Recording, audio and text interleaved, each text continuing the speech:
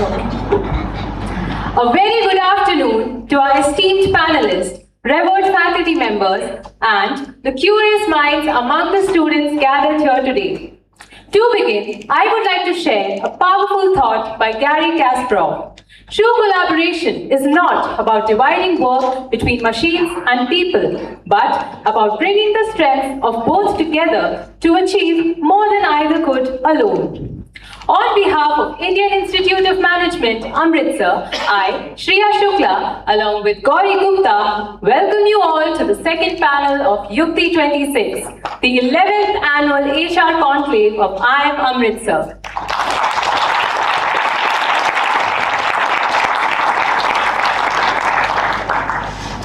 Organizations navigate rapid digital transformation and the rise of AI-driven decision-making, the role of HR has never been more critical.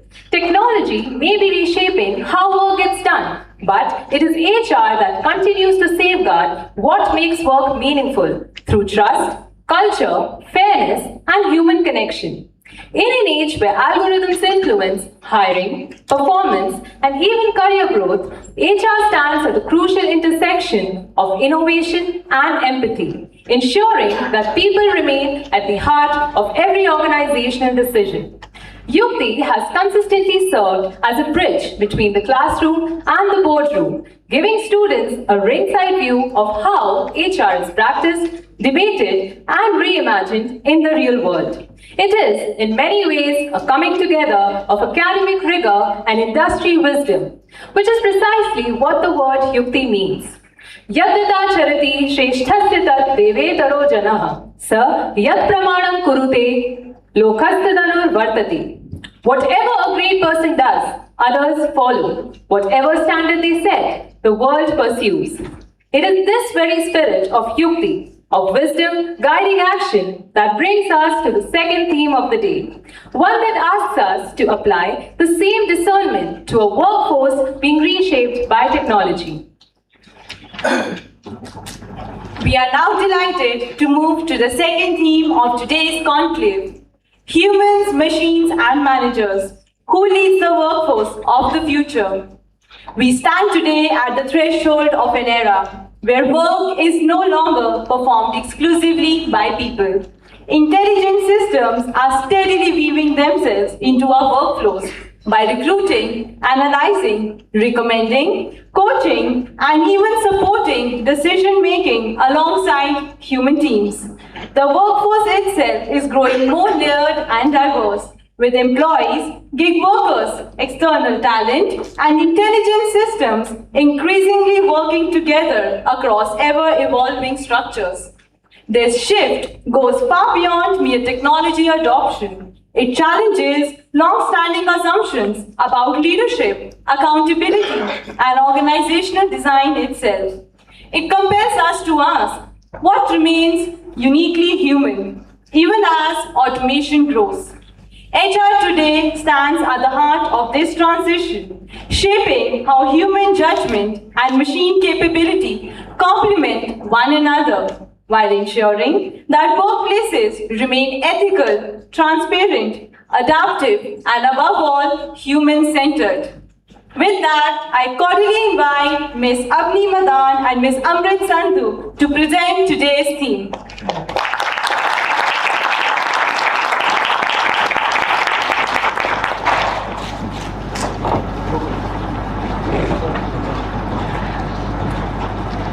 The real goal of AI is not to replace humans, but to amplify human potential.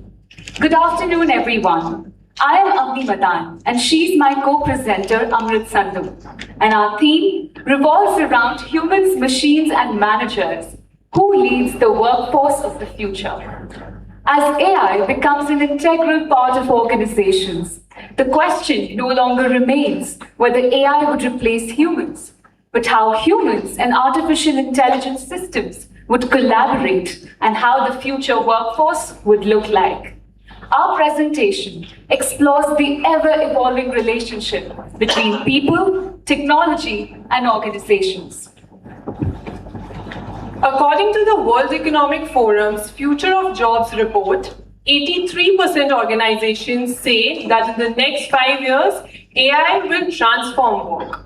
And this transformation isn't just technological. It changes decision-making, leadership, hiring, employee development, and the workforce, which is why the theme revolves around human intelligence, artificial intelligence, and ethical leadership. So in order to understand where we are headed, we also need to understand where we are coming from. Work has transformed ever since Industrial Revolution to knowledge economy, digital workplace, and remote work. Generative AI marks an accelerated shift. Companies and employees are not just using the software, they are increasingly collaborating with it, creating an entirely new workforce ecosystem. As the workforce evolves, so must the organizational structure. Traditionally, the hierarchy was clear: business leaders, managers, employees. However, the future workforce does not look the same. AI won't be replacing managers or employees, but will be working alongside them as an enabler. Managers will be making AI-assisted decisions, while employees will be working alongside AI agents, gig workers, contractors in a connected workforce ecosystem. As organizations adopt AI, the way work is performed is fundamentally changing. Decision-making has become a lot more AI-assisted and data-driven. Managers are now able to make decisions a lot faster than they used to due to real-time data availability.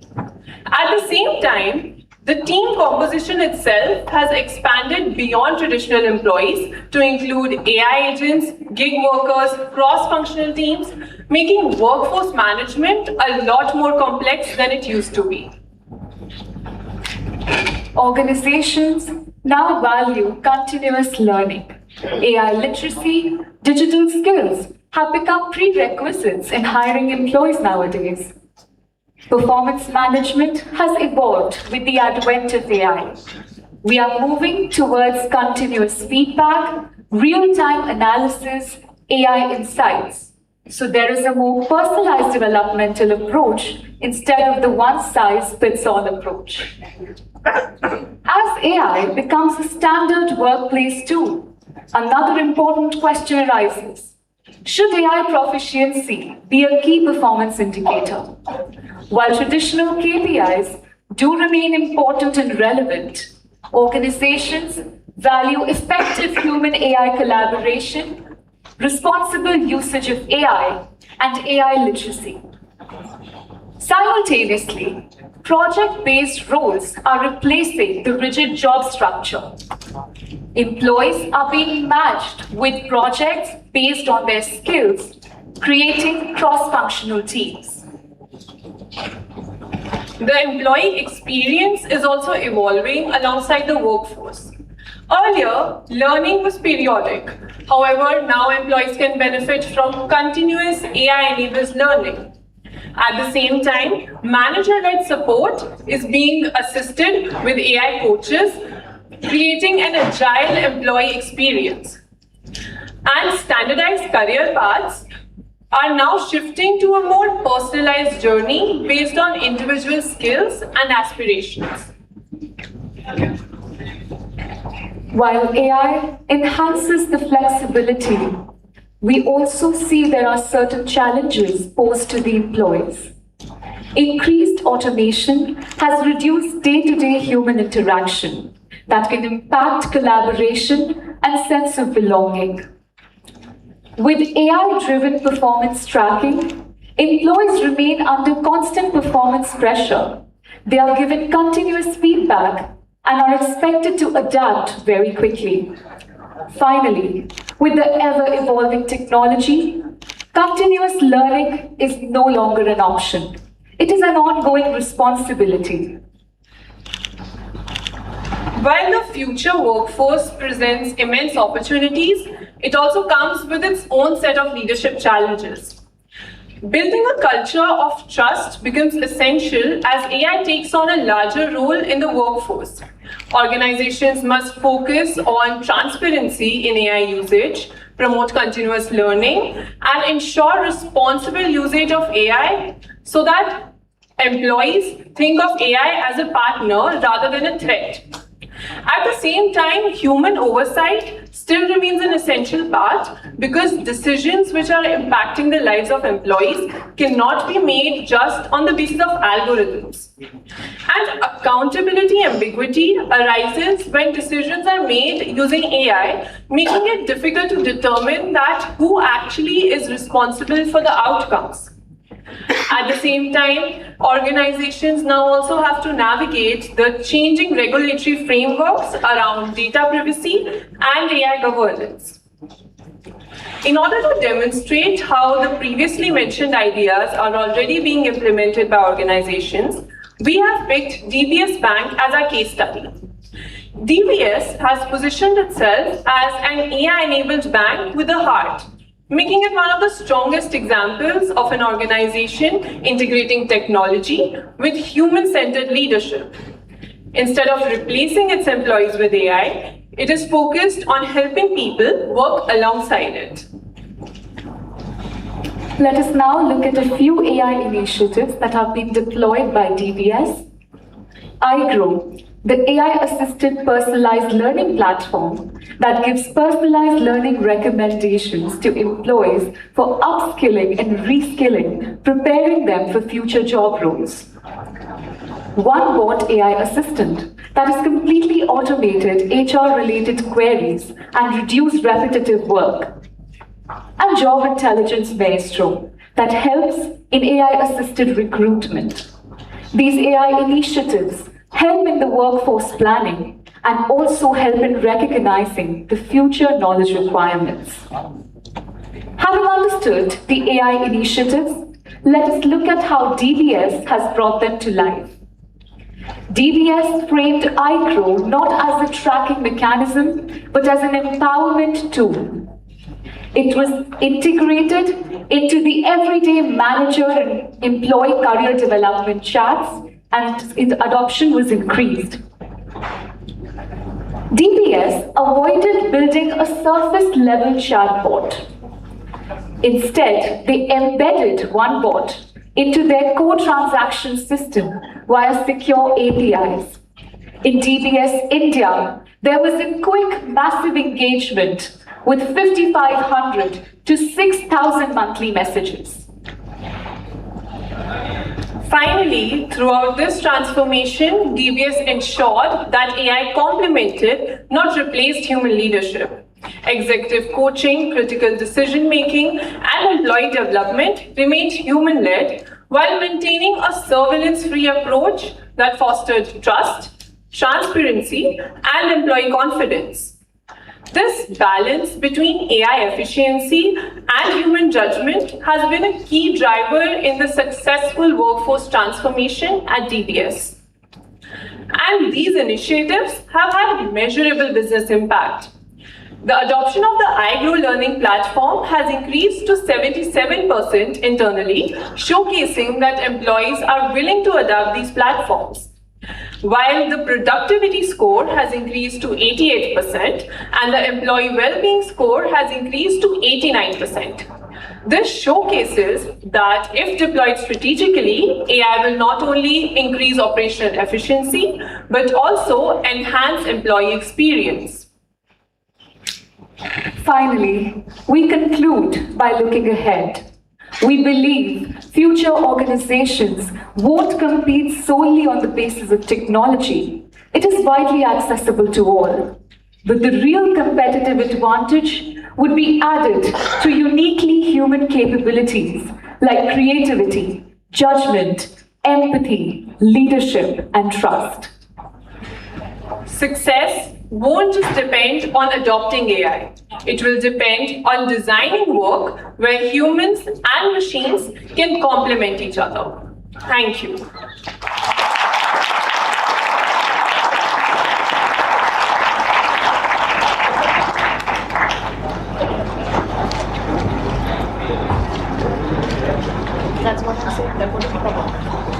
Thank you, Avni and Amrit, for your wonderful presentation.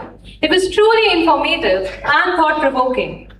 AI is one of the most profound things we are working on as humanity, more profound than fire or electricity. It is now our pleasure to introduce the panel for today's conclave, starting with Mr. Mohit Kumar, the President, Human Resources at Hindalco Industries Limited.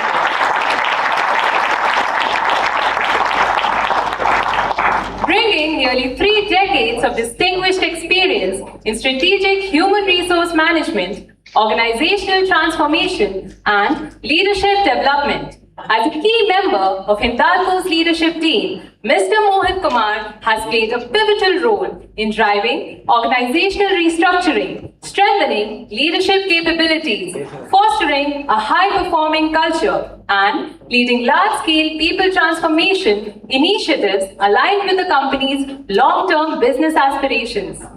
Over the course of his 32 years career, Mr. Kumar has held senior leadership positions at renowned organizations like Idea Cellular, HP, IGC Infotech, DSS Mobile Communications, and SRF Limited. His expertise spans across strategic workforce planning, organizational effectiveness, talent management, succession planning, executive coaching, change management, and leadership development, with a proven track record of leading HR strategy through business growth, mergers, and organizational transformation across diverse and cross-cultural environments. A strong advocate of continuous learning, Mr. Kumar has completed the Cornell CHRO Leadership Program. He earned his MBA from the Indian Institute of Social Welfare and Business Management, IIS WBM, Kolkata, India's first management institute established in 1953. He's a certified independent director and an ESG expert. He's actively involved with Indian Society for Applied Behavioral Sciences, Global Wellbeing Network, and United Consciousness. Recognized as a trusted advisor to business leaders, he is known for aligning people strategy with business objectives while building agile, future-ready organizations, making him a distinguished voice on leadership, organizational excellence, and human capital strategy. Would you please join us on the stage, sir?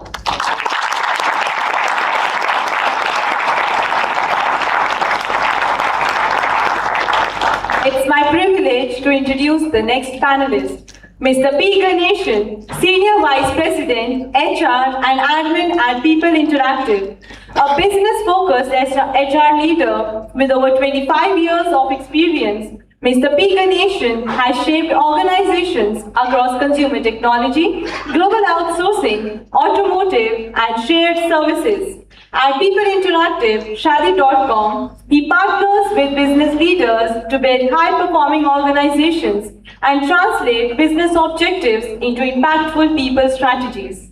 An early entrepreneur before stepping into corporate leadership, Mr. Ganeshan founded a HR consulting, training and executive search firm in 2000, an experience that continues to shape his ownership mindset, execution-first approach, and passion for building organizations from the ground up. His career spans multicultural leadership across India and APAC, including building and scaling teams from the ground up in a global outsourcing setup in Malaysia, partnering with global leaders in travel and hospitality, fashion, e-commerce, and telecommunication sector to build a game-changing business ecosystem. He has advised founders, CXOs, and leadership teams on talent, transformation, organizational effectiveness, and leadership, consistently helping businesses scale with agility. A sought-after speaker at academic institutions, industry forums, and public platforms, Mr. Ganeshan brings practical perspectives on leadership, people development, industry readiness, innovation, and disruption. His sessions are known for bridging academic learning with real-world business challenges. His professional journey has been defined by leading across diverse cultures and geographies, building high-performing teams where people, culture, and business outcomes are deeply interconnected. Would you please join us on the stage, sir?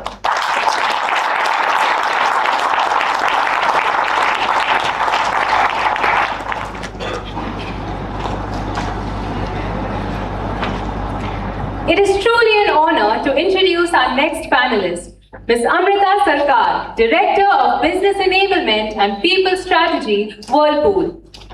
A transformational business and people leader, Ms. Amrita Sarkar has successfully bridged human resources and business strategy throughout her career.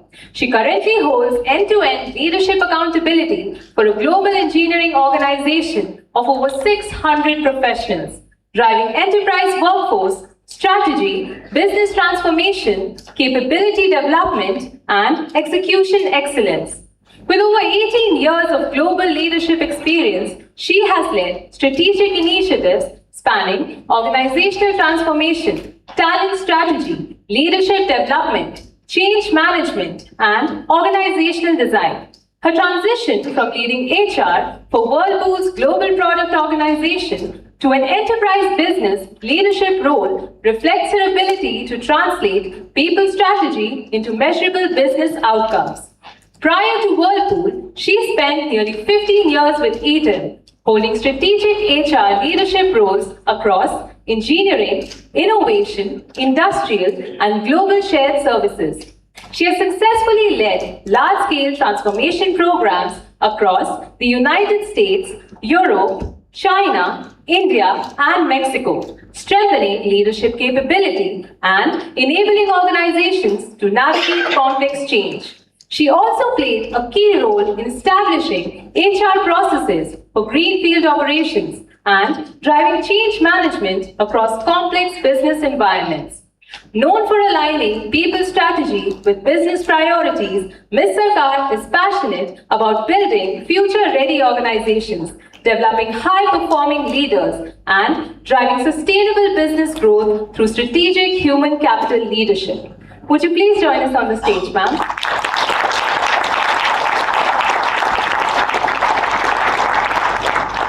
Up next, we have Mr. R. Ramakrishnan, the head of HR, Administration and Customer Support at Go Fashion India Limited. With over 20 years of diverse experience spanning retail, automotive, manufacturing, textiles, and chemicals, he has built expertise in human resources, organizational development, customer experience, and business transformation. At Go Colors, he leads the organization's people strategy, administration, and customer support functions, overseeing a workforce of more than 6,000 employees across a nationwide network of over 800 exclusive brand outlets and 2,000 large format store touchpoints. He has played a pivotal role in driving HR transformation through initiatives in leadership development, talent management, assessment centers, AI-enabled recruitment, performance management, succession planning, and organizational effectiveness.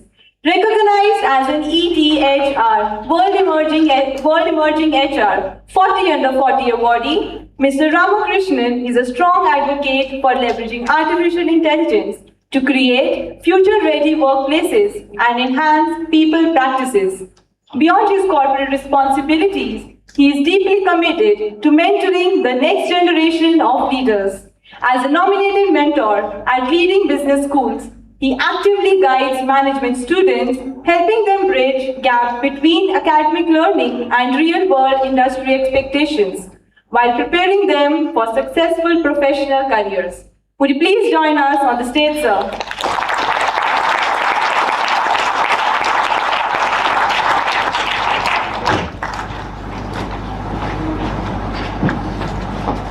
I would like to call Chairperson Student Affairs Dr. Ravi Shankar Komu sir on stage to felicitate our esteemed panelists with a token of appreciation.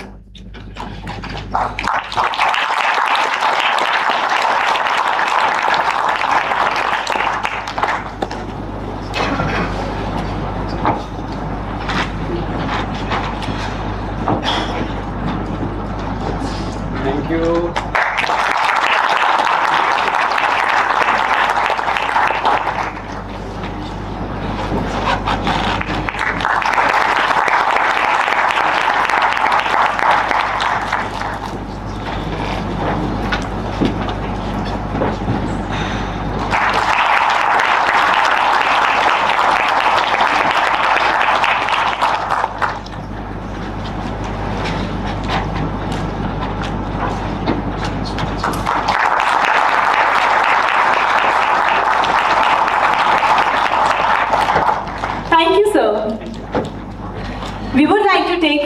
the course of today's conclave by inviting the panelists for the discussion. I will request Ms. Amrita Sarkar ma'am to take the lead and commence today's discussion. A very good afternoon to all of you. Everyone is awake post the lunch session? Yes, the yes is a little yes. Yes? Yes. Great. Thank you for all the energy you have given us. It's been a wonderful day throughout. I think the bar is absolutely here, not because of all people have said about all of us. It's because what you people can bring onto the table. And trust me, today when I was doing a reflection since morning, one thing which comes to my mind is that what if, I think it's 380 or 500 of you sitting out here, if you become the task force to do a reverse mentoring to all of us, trust me, the life in the organization is going to be much, much smoother. So big kudos to all of you.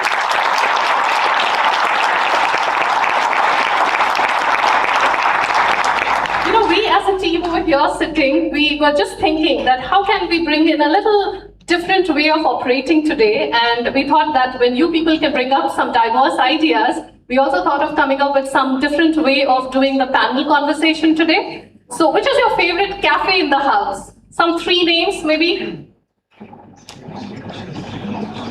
3 volunteers, you know? Which is your favorite cafe?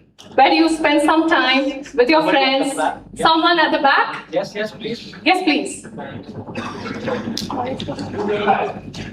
Pardon? Blue Tokai. Okay, nice. Here's someone. What's a good name? What's a good name? Saurav. Thank you, Saurav. Yeah, it's Cafe Coffee Deal. Cafe? Coffee Deal. CCD. Okay, Yes. that's my favorite as well. I think back those days, CCD was the first one. Yes. Costa Coffee. Costa Coffee. Costa Coffee. You can share yours. Big chill. Cafe Big Chill. Cafe Pizza. Okay, so now with raise of hands, because I don't have a voting mechanism over here, so I'll take the top 3. That is the Blue Tokai, CCD, and there was the third one? Costa Coffee. Which cafe do you prefer? Blue Tokai. Blue Tokai? Okay. So all of you can imagine this is a Blue Tokai cafe, okay? And we are going, and this was given, this suggestion was given by Mohit. So thank you so much for bringing in that perspective. So this is going to be a Blue Tokai cafe, and we are going to have a very informal conversation about a very heavy topic post-lunch and make it a little light. Now, before I begin a context about the session, let me share. I'm a good storyteller, you know, so let me take you back to a little story. Imagine it's your dad's 50th birthday, or lesser than that maybe, yeah. So 50th birthday, and you have ordered a beautiful cake from a premium bakery shop, and then some delivery partner is on the way to deliver that cake, and you suddenly get a notification in your phone that it's been delayed, and because of the traffic, the order has been cancelled. What do you think you will feel like? Before I ask them, I ask my fellow panel members, how would you feel? One word. Ganeshan, how would you feel? Terrible? Yeah, same. It's very disappointing. Disappointing? Yeah, Okay. disappointing. Yeah, all negative emotions, right? And then top of that, someone from the store of the bakery shop says that, sorry ma'am, sorry sir, you know, because this app is completely in sync with this tool, the delivery is now cancelled and we can't do anything. Disaster? Right? You feel terrible. Your entire milestone, whatever you planned for your dad, has gone for a toss, so it feels terrible. Now, imagine there is someone from the store calls back again and says that we are really sorry, or whatever happened, we ensure you that not only someone from my store is going to personally come and deliver that cake, but at the same time will ensure that there are some additional cupcakes also given to your guest. What would be the feeling? Same panelist? I would love to have it. Love to have it, okay. Wow. Wow. Wow. Wow. Now, I'll relate it back to the topic. What happened? We had a super tool, technology, right? It was 100% accurate. So whoever the person who was delivering was navigating through that tool, and then suddenly some bug happened, and the person who was subject to the process just went by that process and said that, oh, this technology is not working, so let me re-divert everything and just cancel it. But the third person used his judgment and thought that why not go with a customer delight? So here is the personalization which happened, and that's where human brains can do. Now with that, I introduce the topic, which is about human, machines, and managers who lead the workforce. Okay? Thank you.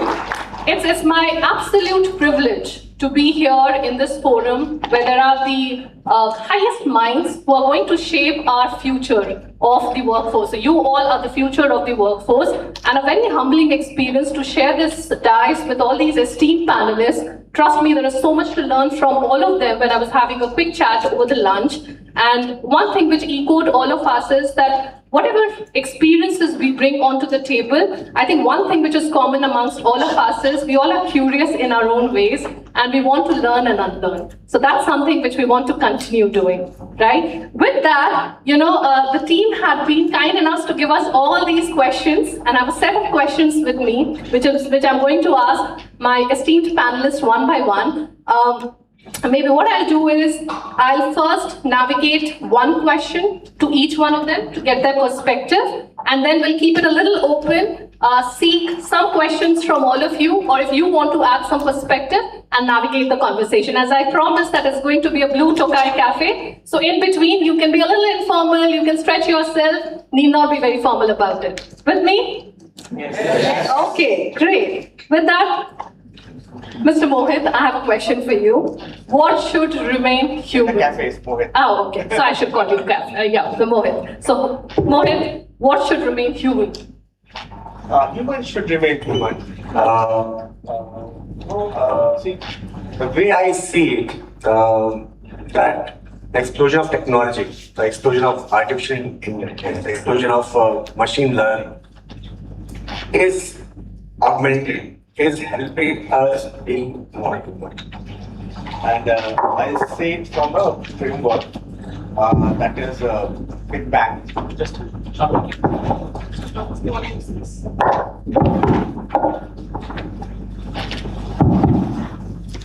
I'll say it from a framework which is Big Bang. I'm sure that there are many physics students over here, and they know that how the creation began, and it is still exploring. The Big Bang out is still happening. The creation is still evolving. Yeah. And what we see as an evolution of big data, of artificial intelligence, of generative intelligence, of agentic AI, of machine learning, right? It's that explosion which is happening. We are, at least I am from a generation which after doing our MBA, we were still working on the OHPs. I don't know how many of you know about OHPs. And then the Bill Gates happened. Then the emails happened. Can you imagine the world without emails? Yeah. And then the smartphones happened, right? So things which were there remote in the libraries, they came to our first laptop and desktop, and now on the palm actually, right? And now it is making even more easier. That is, you think, and before that the answers are there actually, right? So that is a big explosion, Big Bang out, which is happening, right? What it is enabling. So I have been working for last 32 years. There have been always the aha moments, and there were always the disappointing moments. That you're lost in the jungle of data, you're lost in the jungle of analytics, and where you are not able to do what you are supposed to do. That is, build the human connects, be mindfully present to people, be a good coach, bring in the heart energy to your people, more of that. But on the other hand, if you're busy gathering data, figuring out the authentic source of data, making large analysis, making large presentations around it, then you're missing out on the human part of it. Right? So this Big Bang that is working, being more available with the inner technology, that is being more mindful, being more heartful, being more aware, being more conscious, being more ethical, all that will get augmented by the Big Bang out. So this Big Bang out and Big Bang in are going to actually augment each other and making us be more human. So what will remain human is that bondings, the cafe, there is no artificialness over there. uh, the heart energy. We'll be able to bring in more and more of heart energy to the workplace. Yeah. The mind energy is limited. The energy of the heart is unlimited. How do you bring in? So if you're looking at the next generation of innovation, creativity, we have to rely on the energy of the heart, and that allows.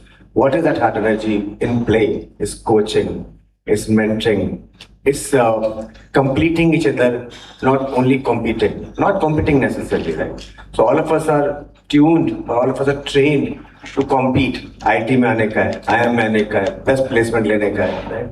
But on the other hand, all of a sudden you go to workplace and say, now you have to collaborate. Does it work that way? So it has to start happening from the campus itself. That is, how do we get in touch with the heart energy? We collaborate more. All that remains human.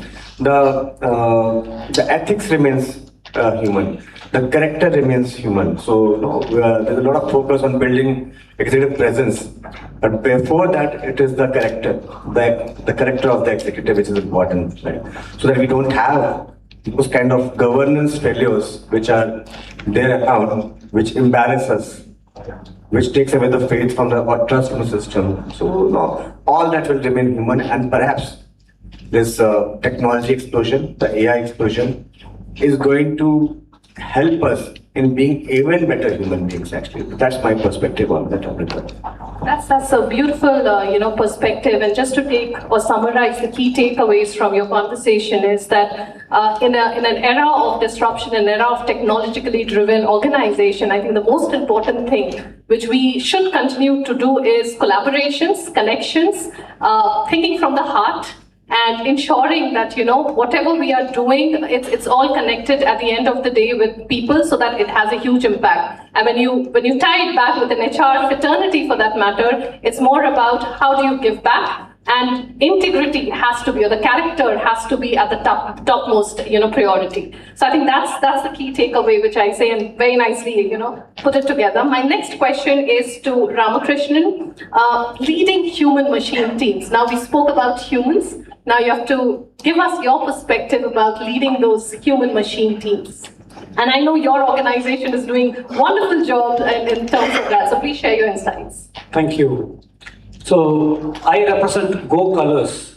Go Fashion Limited, people may not recognize, but Go Colors is something which people can recognize, right? It's a retail organization. Okay, I was just talking to Vidya madam, and the market of India for women's bottom wear alone, it is 35,000 crores. Okay, and the brands which are here in India, totally if I put together, it is contributing only to 14,500 crores.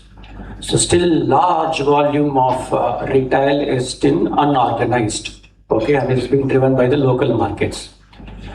Why I'm giving you this context is, you have to understand what is retail, who are the people working in retail. Many stores, which including your H&M or any fashionable brands, international brands, the people inside those brands, the sales guys, they are either a school dropout or a college dropout students. While we are talking about AI, machine learning and everything, these are all the population which are working for minimum wages or a little more than the minimum wages. They're also having the same dream as many of the people that are carrying. So now, where is this AI getting into our organization, particularly with respect to Go Fashion? Okay, it gives tremendous amount of knowledge and wisdom for our team. Just to give you an example, what we have implemented and what we are going to implement soon. So now everybody knows like AI interviews is becoming a norm, right? An artificial interview. So how it is helping us? See, typically this retail hiring, which is almost 95% of my population out of this 6,500, 6,700 employees, 95% of the population are my sales team. Okay, so if I have to conduct an interview, my area manager will be calling them in the store and they will take the interview. Subsequently, my HR team has to conduct those interviews. If at all my HR team calls them, they will be in a competition store, right? They will be doing their work, regular work. So they will not be available on a 9 to 6 job time. Okay, when my HR team works for between 9 to 8, 9 to 7, they will be available only after office hours. Otherwise, you cannot come out, or many of the bigger organization, bigger retail, they will take up the phone from the employee, so they cannot connect. Okay. And because my organization is spread across the country, I cannot hire my HR business partners in different languages. The linguistics become very difficult for us to manage. Okay, so the AI now solves both the things. Now we are just giving a simple link. They are taking up the interviews on their own comfortable time at home, while travel and wherever they are. And it is conducting interview in all the languages. My HR team is just reviewing the videos and they approve or reject. Okay. This also enables me the next step of the competency mapping. Okay. When I have the competency, see, sales competencies are very, very minimal. Okay. Any retail organization, if you go, you have only max to max 8 or 9 competencies. Okay. At the time of interview itself, my competencies are being mapped with the candidates.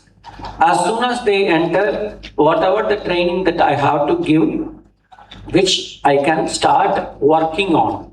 Okay. Now the second stage, what we are doing is, I cannot have so many trainers in my organization. Because once again, 3,000 stores, how can I travel? How can I bring everybody on a same platform? It becomes very difficult. Now we are introducing a WhatsApp enabled learning platform where you have 30 seconds or 1 minute video that is happening. That is being enabled now. So my team every day, they will have 10 questions, quizzes that will be conducted in WhatsApp, automatic trigger. We are not getting involved at all. While the question banks that we generate and we create to AI generates those interviews, questions. So the skilling becomes on a routine basis. That becomes a culture for us. Okay? Because I will remind you, the attrition in the retail is 35 to 70% at times. Okay, so it's very difficult to give them the learning on a daily basis. The next thing is, now at the managerial level, how we are not implemented and how things will work for us is, the area manager on a daily basis, they will be getting a daily sales report. Okay, and not everybody will be having the same analytical skills. They see the report. There will be average transaction value. There will be the overall sales that has happened on a product basis. By the time they just put every analysis skill, they may not be doing the right way of analysis. Now, what is going to happen is, in the future, the AI will act as a coach. And it will say, Rama, today you have 10, 15 stores with you. And these are all the stores, these are all the performance. You plan your visit to store A, B, C, and you ask these questions because these are all the things which are very important to ask. These are all the questions which is pulling you down. So that's the level of coach that I will be having on a daily basis. Imagine how beautifully an AI is getting integrated in a segment where you don't have predominantly knowledgeable people in the workforce. Okay, and now you see how much impact that it will have in the complete ecosystem. So in future, what we see, I personally see, is like you will have 3 different workforce with you. 1, your own employees. 2, there will be AI agents. 3, there will be lot of freelance experts that will be available for you. Now, when you talk about retention, you have to think of the freelancer retention also, because they will be very costly at one point in time, more than your employees. So that becomes a challenge. So the manager has to be a general manager rather than a functional expert going forward. That is what I am seeing. Okay. Thank you. Thank Thanks. you. And again, taking cues from what you said, just want to leave the crowd with one input is that the future of the organization is going to be complex, right? And because the leaders of the future have to manage multiple people, multiple data flows, multiple technologies for that matter. And the best part is AI is actually going to compound it and integrate it together and make it beautiful. So it's people who can try and lead the three segments and also knit it back. I think that's where the success can happen, One right? point to add. See, now actually the human is going to do the human job. Okay, like coaching, Yes. training, solving problems, okay, managing egos. Rather, earlier days we were all fighting, doing analysis, presentations, lot of things that we are doing. Now human is going to do the human job. We are fundamentally innovators. Look you around, like whatever that is there, it is all human creations. Okay. Now every one of us will do more and more innovations with the help of AI. Thank you. Thank you. And with the innovation coming in picture, my next question is to Ganeshan. It's about trusting intelligent decisions. While Rama had spoken about the decision making on the managers and how it is, and Mohit has spoken about the human part of it, how important it is to have trusting intelligent decisions. I'll just have a little more specific to the questions. You have led HR automation and digital transformation initiatives. As AI is increasingly influencing the hiring, promotions, and workforce decisions, how can organizations build transparency and employee trust in the technology-enabled organization?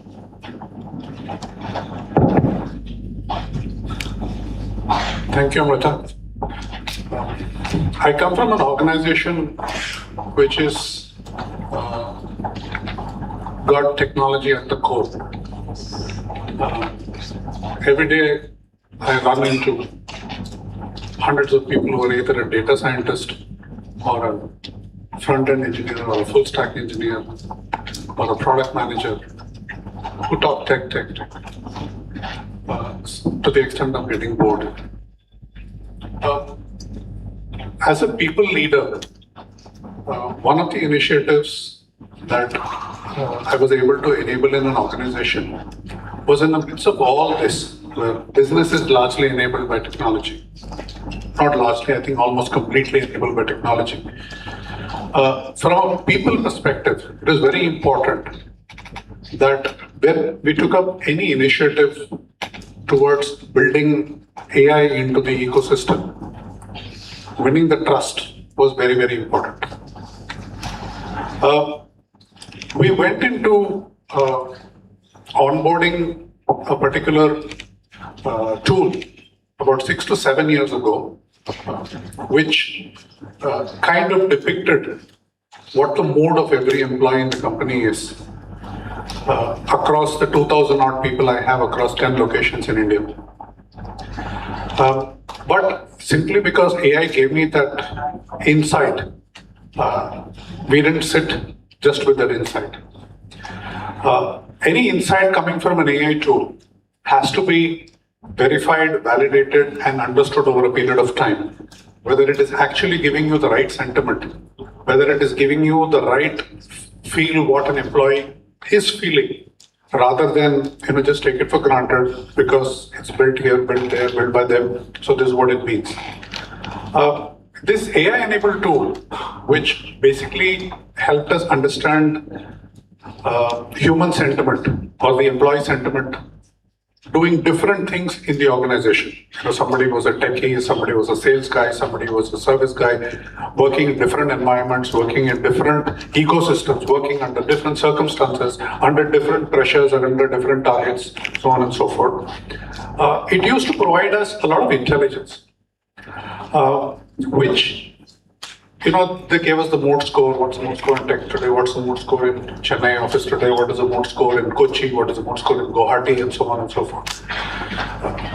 But it's also very important that organizations need to remain focused on the human side of it. I particularly love traveling. And whenever I read insights and when I get to feel that, maybe something is not what it should be, I make it a point to go to that place, meet people. Without telling them that, I read your insights, so I came here. It so happens that more or less, to the extent of 70 to 80%, those insights were very true. This built a trust over a period of time, wherein we were able to understand that these insights enabled us to take certain better business decisions. Whether the manager at that location is ideally the person who should be there, whether the office is located in the right place, whether people are having issues related to commute. That's what matters to these people eventually. I need easy commute. For example, I live in Mumbai. For 99% of the people, commute is a nightmare. Though we have some of the best transport systems in the country. So, whether they're happy with the commute, whether they are happy with the health support that we're giving, whether they are happy with the,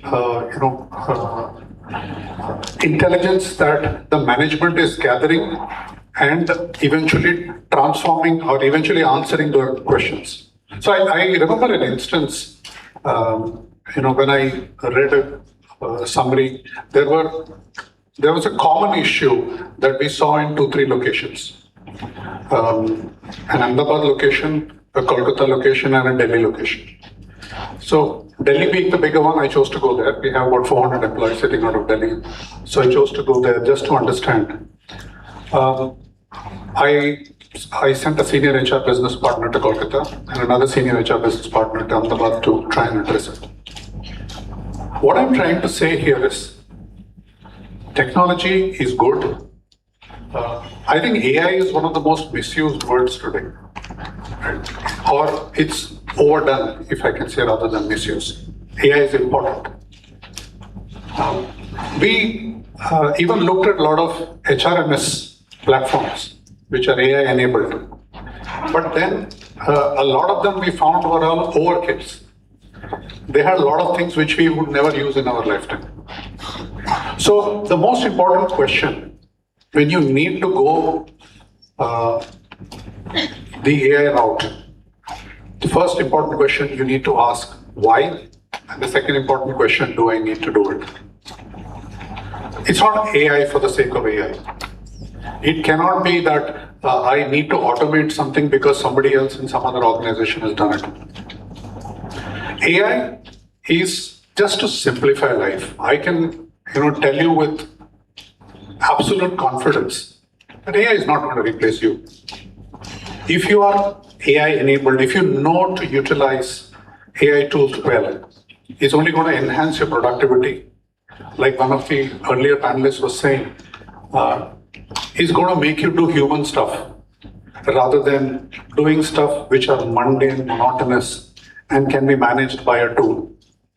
So in my understanding of using AI, like say for example, I have a data science team which was previously doing machine learning because we build complex algorithms in the field of matchmaking. Sorry, I don't know whether I introduced myself. I come from Shadi.com, which is a matchmaking platform.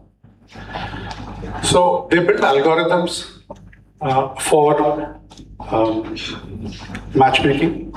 And can you imagine building an algorithm that needs to help 1.4 billion people?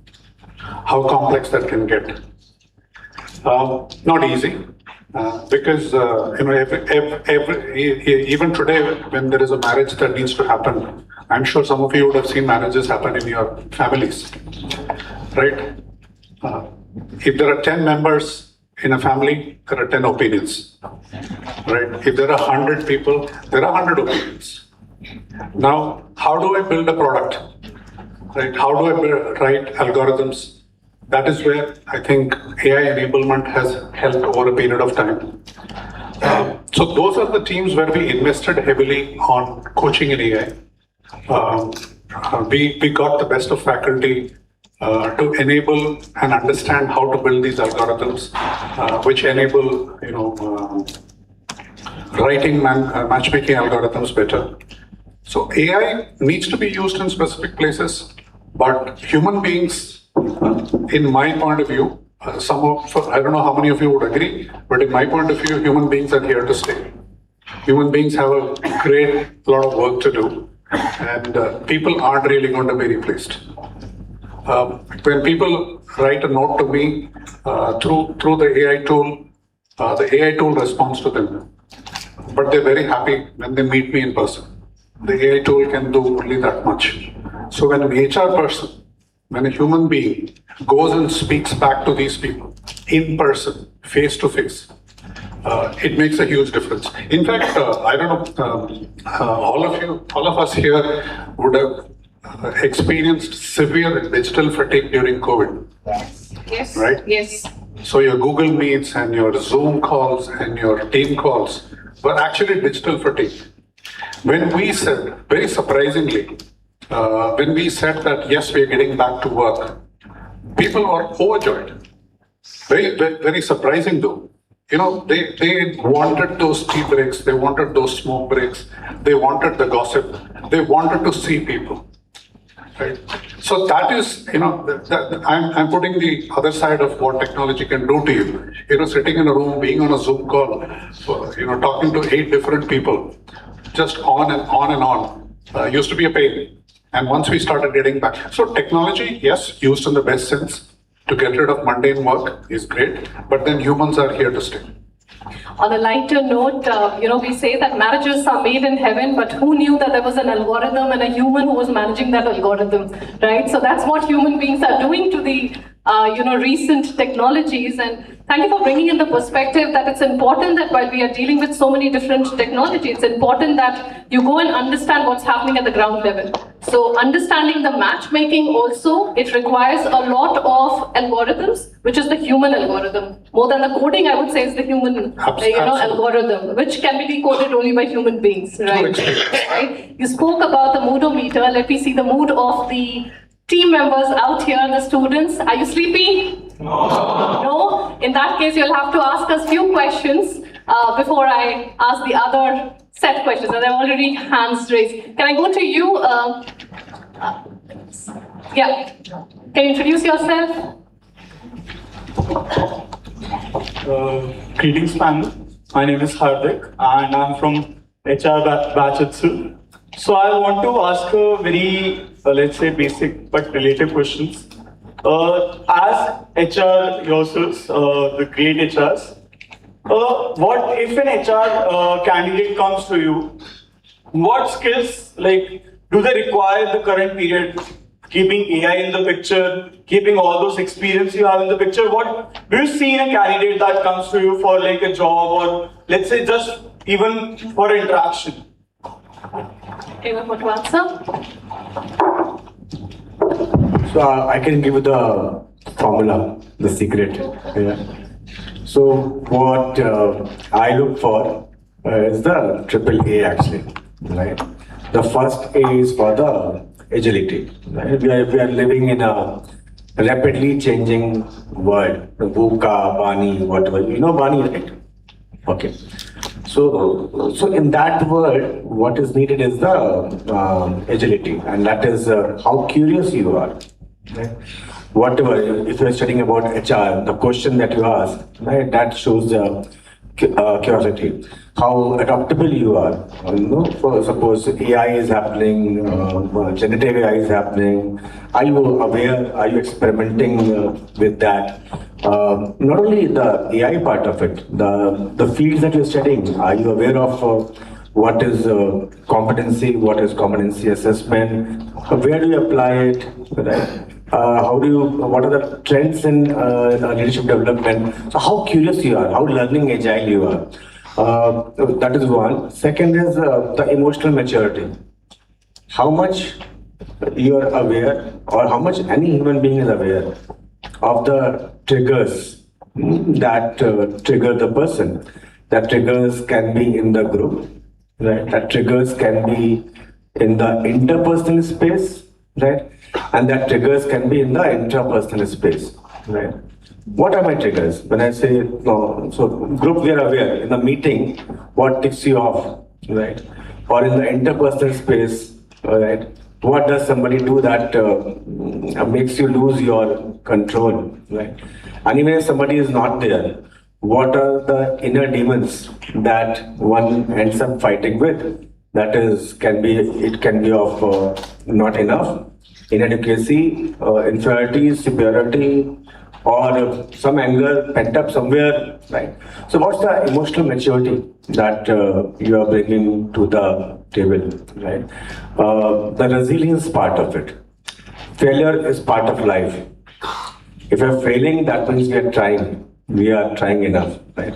But how many times you have failed and how many times you have bounced back? All this is part of the first A, that is the agile, emotionally, intellectually, spiritually, how agile you are. Yeah. The second part is the ability, right? What are the abilities which is easier to develop? The first part is difficult to develop actually. Yeah. First part requires a lot of hard work, a lot of practice. The abilities, that is business acumen, right? How comfortable you are with the understanding of do you romance with the balance sheets, right? The vision and strategy, what's the worldview? And what is the kind of, if you're studying HRM, why? Right? What's thought behind it? Just a job or something beyond that, right?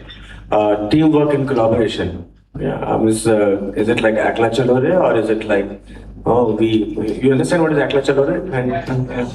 Or do you win together, right? When you work in teams, is it only about competing or is it about completing each other, right? So that's teamwork and collaboration, that is developing self and others. How curious, how attentive you are towards your own self-growth and the growth of others. How are you inspiring others and how are you taking the inspiration from the others to develop yourself, right? Customer focus, who are your customers? Yeah. Do you understand their needs? Do you understand their pains? Yeah. This is what we'll be looking forward to. And it comes in, everybody has it. It's not that you need to work in a corporate sector to have these competencies. Innovation. How differently you can think and what solutions you can provide, right?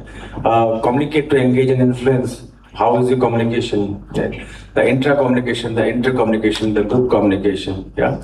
And finally, last but not the least, is about execution, right? How do you get things done, getting results? Do you convert your dreams into project plans? Do you convert your project plans into milestones?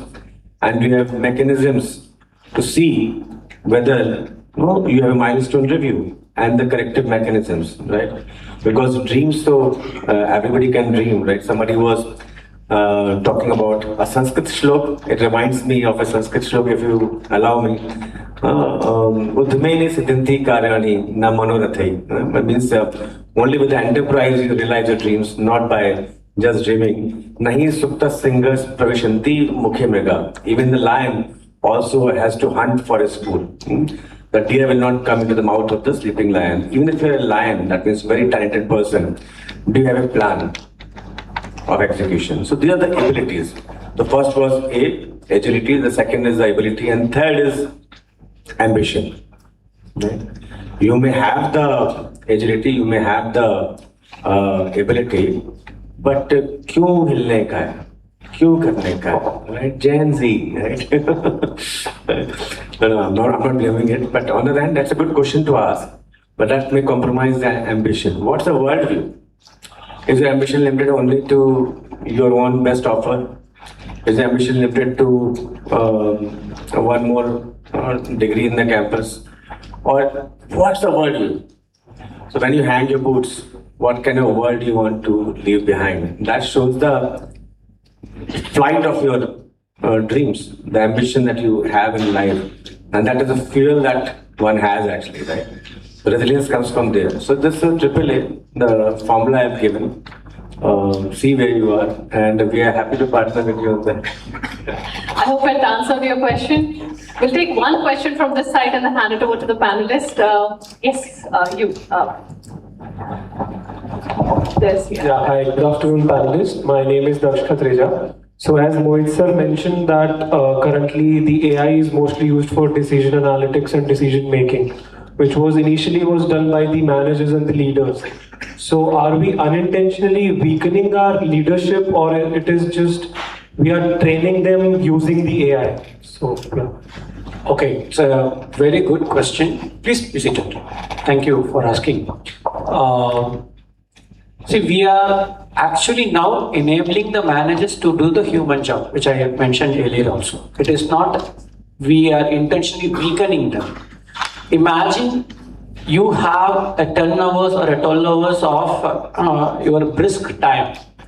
In those brisk time, if you are busy with analysis, making presentation, or coaching your own team. So the topic is about leaders who will be leading. Okay. Only human can lead. Leading needs a vision. Leading needs sacrifice. Okay. So leadership is a lonely business. You will be having followers, or either they will be following you. Okay. So it is not intentionally weakening them. Rather, we are intentionally strengthening them to do the human job of coaching, enabling everybody to take decisions on their own, so that not a single CEO, because a company like us, every store manager is the CEO of the particular store, right? If he is involved in a lot of reports, because we sitting at the head office, we are like a blind people. If I have to see how a store is performing, I can see through only numbers, because I cannot have a CCTV of 800 stores managing every minute, right? So we need reports. But if I'm making the store manager to spend a lot of time to make that report, or to make him to analyze, or to give him the advice, if I'm not providing a coach for him at his store itself, then it is of no value. So once again, I'm reiterating, we are not weakening the people, we are actually enabling them to do more of a human job. Okay, thank you. I see there were a lot of questions at behind maybe, and I'd ask the team to collect all the questions, but let me see. Is it okay we take a few more questions and then move into, yeah? Are you okay with the format? Okay, sure. So maybe we'll take something from the end.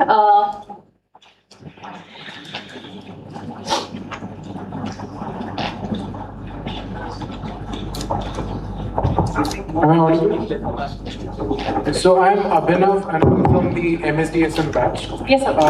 So as a student of data science, we had a subject called data privacy and ethics. And we discussed Data privacy and ethics. And we discussed a paper on psychology of ethical behavior, where we discussed its omnipotence of the leader, cultural numbness, and justified neglect that actually causes unethical behavior. As we are students of data science, do you think that data can be utilized to effectively address these issues, detect them at an HR level? Sure. You want to take that question and then I can add my perspective? It certainly can, because data, uncontrolled data, is disaster. So data used in the right perspective and data used for the right reasons with the right element of governance. So today there's a lot of governance surrounding data, because when we opened out enterprise versions of, let's say, something like a Claude and a ChatGPT to my teams 2.5, 3 years ago, there was rampant use of this. What people were doing were just uploading company data, Excel sheets, so on and so forth, to generate insights and all of that. Now, that could have been a major risk. And luckily, we were able to pull down everything because it is an enterprise version. But as long as the data is used under certain, you have correct guardrails around the data. You have governance that says for what reasons what data can be used, whether it is people data, customer data, whatever the data may be. It really impacts the right direction for the business. I've often seen especially when we onboard a lot of people from the management schools and from some of the premium engineering institutes, they are already kind of ready in many aspects in what we do. Right? Technologically fairly well enabled. We recently hired 4 data science students from IIT Kharagpur. They've just joined us about a month back. I have rarely seen such talent that is hit the ground running from day one. And they are so enabled that they are not only strong in terms of the principles of data science, but they are already well covered in terms of the principles of governance of using data. So while data is all over the place, I think organizations are investing to the tune of crores in terms of saving data, in terms of ensuring data privacy. And since, in my own company, we have data pertaining to millions and millions of people of the country. Our data security is extremely strong, extremely high. The governance is very, very strong. And hence, the data engineers who work on several of our projects are put through a lot of coaching to ensure that they are within those guardrails. I'll add a couple of things to what Ganeshan had mentioned about the data privacy, and I'll give you certain, real-time perspective on what's happening in the current, world we are staying, and also something from the technology world, because I come from a product organization. So let me first get into the, real-time situation. Imagine in our day-to-day, everyday life, how many applications are we using? Multiple, right? And every time you get into those applications, there are those informations which are basic. And you please sit down, we've been standing since then. So how many applications and how many personal information are being asked? Multiple. So we at times feel that, oh, they're just asking our name, oh, they're just asking our date of birth. But trust me, those information can also lead to a lot of scams and a lot of things which is happening. So you heard about these digital arrests and other things which are happening, and now people are aware. But how do you get to those levels? It's because you have compromised your personal information in some form or shape. Right? Now, be it HR or not an HR, just as a human being, it's absolutely important that in the world where data is out there, all of your data in some form or shape, trust me, it's out there. You have heard about cloud, you have heard about IoT, everything. You have your WhatsApp, Facebook, Twitter, Insta, everything is out there, right? So the personal information is out.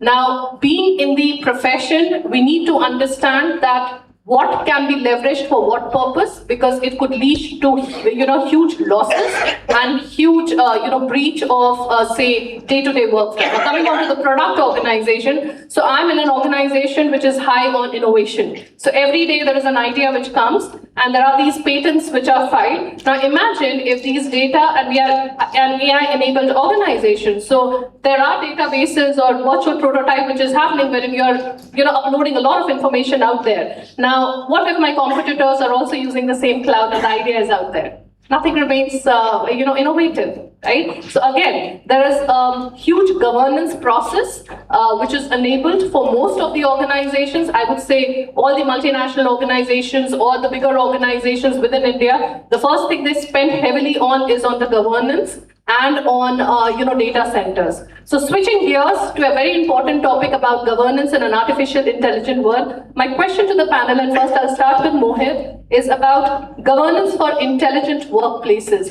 What are your perspective around it? Yeah, so you have already mentioned about the critical parts of it. So the governance, as you mentioned, that we have access to employee data. We have access to the vendor data, we have access to the investor data, we have access to the customer data, right? So all this data, the privacy of it, the protection of it, that is the responsibility of the organization. And I'll give some examples around it, like how it is becoming even more and more sensitive. So in our organization, we have been doing our own culture journey. Right, and we've been measuring the impact of that culture journey over for the employees. We went beyond that and also tried to measure the impact of our culture journey on different stakeholders. That is the stakeholder I just mentioned, that is the communities around, the candidates who are coming and meeting us, the customers whom we are in touch with, right? The investors, the retail investors, crores and crores of those retail investors. So what's the impact of our vendors? What's the impact of that on our of our culture journey on them? It took us a lot of time sending mails, sending QR codes, sending different kinds of things to gather data, right?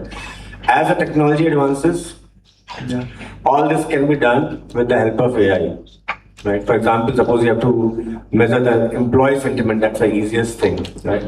What is the entire industry around its annual organization health surveys, right? You send one big questionnaire, employees respond to it, then there's a team which is analyzing it, doing the slicing and dicing of it, and presenting it, and then the action planning and all that is happening. I'm just taking one segment of it, right? That all can be done real time, the mood meter, right? Using the AI. Now, what will that happen? Instead of just one source, yeah.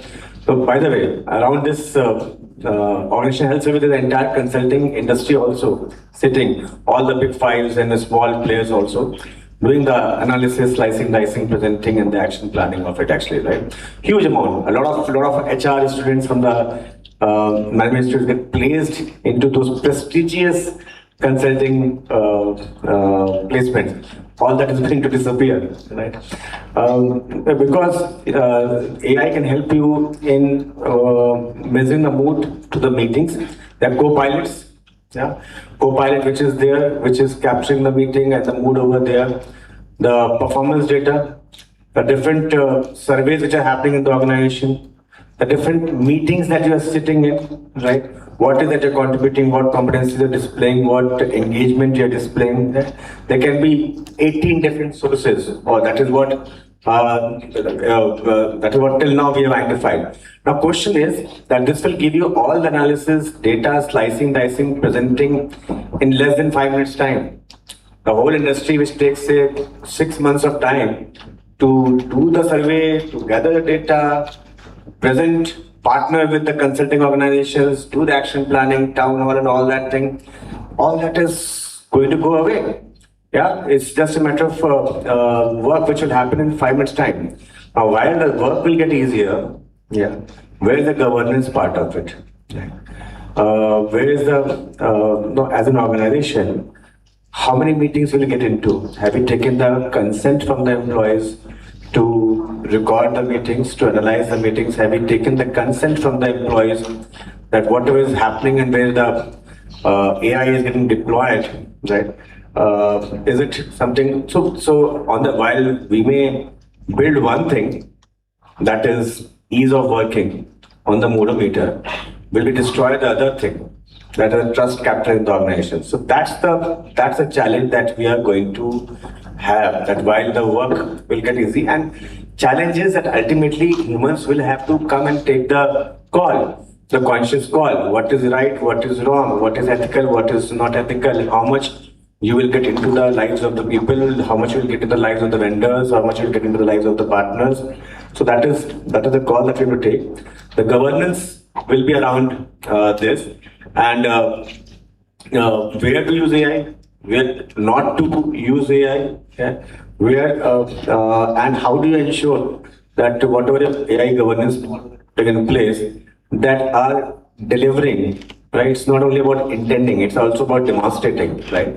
So cross-functional teams, which is consisting of say legal, HR, risk management, the company secretariat, right? All those teams have to come together and ensure that this governance is in place. While we make things easy, time permitting, I can give one more example very quickly.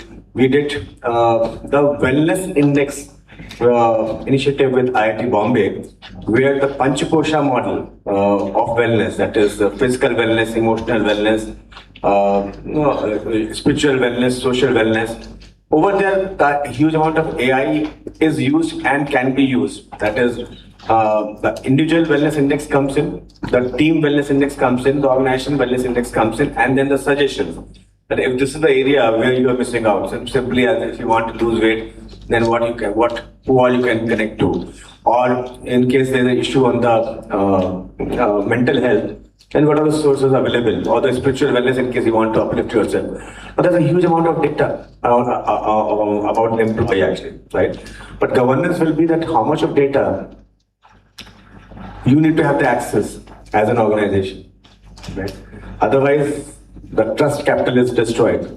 Or how do you ensure that the data is available to the right people, to the employee, with the consent of the employee, to the work group manager, with the consent of the employees, some part of it at the organization level. That's the governance part of it, so that all these things work well actually. So brakes are important in the car so that you can take speed. Yeah. That's where the governance is important in the AI world, so that you can really leverage the full opportunities of the AI. I like the fact about the break, and I hope the team sitting out here do not require a break till we break at 4:35-ish. But one of the things which you said about governance is taking consent. Very, very important. Even in our regular, I would say, day-to-day practices, whenever we are taking a video or a photograph, we don't realize. In India, it's very normal to click pictures. It's very, very normal. Having said that, in the outer, countries, you have to really ask a consent before, because even if one person appears out there, they can absolutely file a suit against you. It's that bad. So consent is important. At the same time, governance process. So you alluded to a very important fact that access is there to everyone, but who should have it is something which has to be decided by a workforce on legal, HR, finance, that whether or not that accesses need to be provided to everyone or to a set of people. So I think that's important. Going to the next segment, my question first would be to Ramakrishnan and then to Ganeshan. So Ramakrishnan, the question to you is, how do we design a human-centered future workforce? How are the future human-centered workforce of future look like? That would be a question. And to you, it would be more around the hybrid workforces which is evolving. So how would be the ways of working in the future? So your question is, how do we design human-centered workforce as leaders continue to evolve in the AI? How do we create a sense of inclusiveness, belongingness within the organization?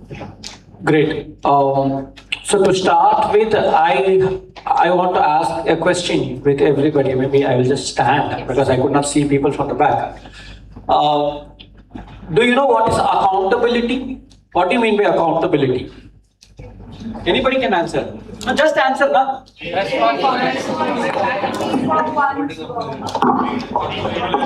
No, in an organization, accountability, in any organization, it need not be a company. In any organization, even if it is something like this, accountability, while we study something else, but in reality, accountability means putting blame. You are accountable for it.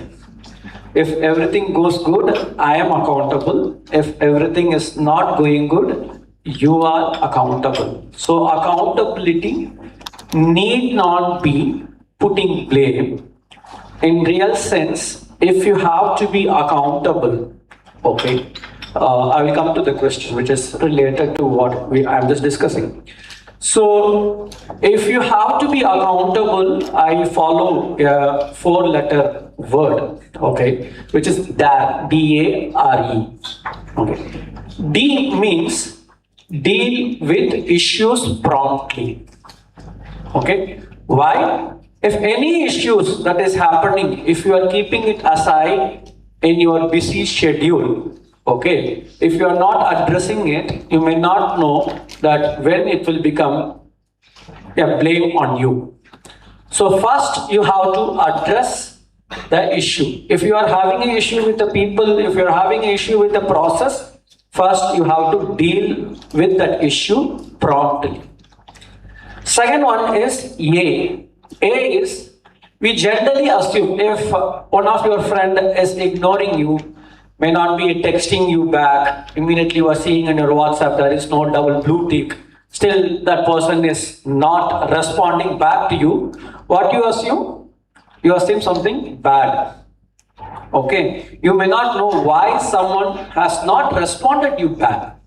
Okay, so assume the best. That is the second point. What is assuming the best? You can assume that, okay, he or she might be busy somewhere, may be in traffic, may not be, she could not immediately text once he or she reaches back. So immediately our judgment is to why he is not, we are assuming in a bad way. Okay, rather we should assume the best way. That is the second part of accountability. Third one is the most important point, is respect. Okay, if you respect others' perspective, okay, then you will understand and there will not be any accountability issue. The last part, E, in the DAR is emphasis to move forward. You may not be arguing things what has happened. We have to emphasize to move forward. Okay. So remember, as many of you are just entering to the college, as you get into an organization, accountability plays a major role. And accountability is misunderstood at times. It is putting blame on someone else. No, you have to keep it there and you have to solve it. Coming back to the question you asked, how can we design an AI-enabled system when keeping human as a center? Okay, so it is with the accountability. When someone asked me, who will you recruit for an HR team? I will always recruit, apart from all the things which Mohit sir has said, I will recruit people who has a love for people and the business. Okay, if you are loving someone, you will take utmost care. You are loving someone, you will sacrifice. If you love people and the business equally, the accountability will come, and whatever that you decide, you will have inclusiveness. Okay, because what happens in your love and affection? Because you take them as part of you. If you start loving your business as well as the people around you, you will obviously, anything that you decide, you will ensure in the data security or the business process that you are designing, you will always keep both this point as people and business in mind, and you will generate. AI, once again, it is an enabling tool which will make your life very easy. Accountability is the one thing which can solve all these things. Thank you. Thank you, Ramakrishnan.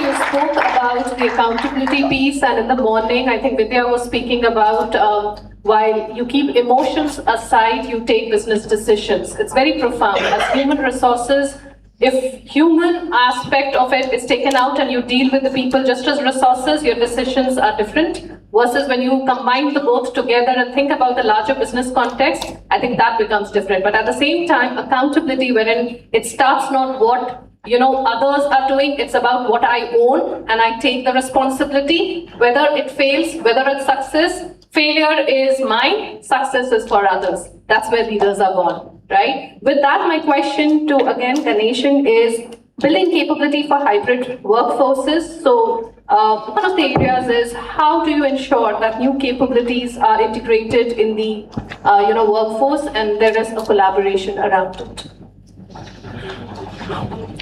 All of us go through a particular phase in our life, and different generations have seen very difficult phases which have transformed the future to something that no one ever thought about. This generation, all of us, either as a student or as being part of the workforce, saw 3 years of COVID. Now, those 3 years of COVID actually changed the perspective of how work can be done. Prior to COVID, at least in India, hybrid work was a very Western concept. One never thought that remote work, hybrid work, working from home, working from anywhere would ever be a major reality. After COVID, things changed. Things changed so significantly that organizations started believing that in those 3 years or 2 years rather, whatever the period was, a lot of things could be done by collaborating digitally and also by having occasional in-person meets.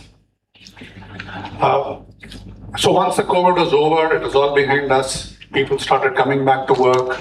Then again, people started facing day-to-day issues like commute and wanting to come, spending too many hours on the, city traffics and so on and so forth. And then the question started coming, can we do hybrid? Right? Can we work from, let's say, 2 or 3 days from work and maybe 2 or 3 days from home? However the option would be.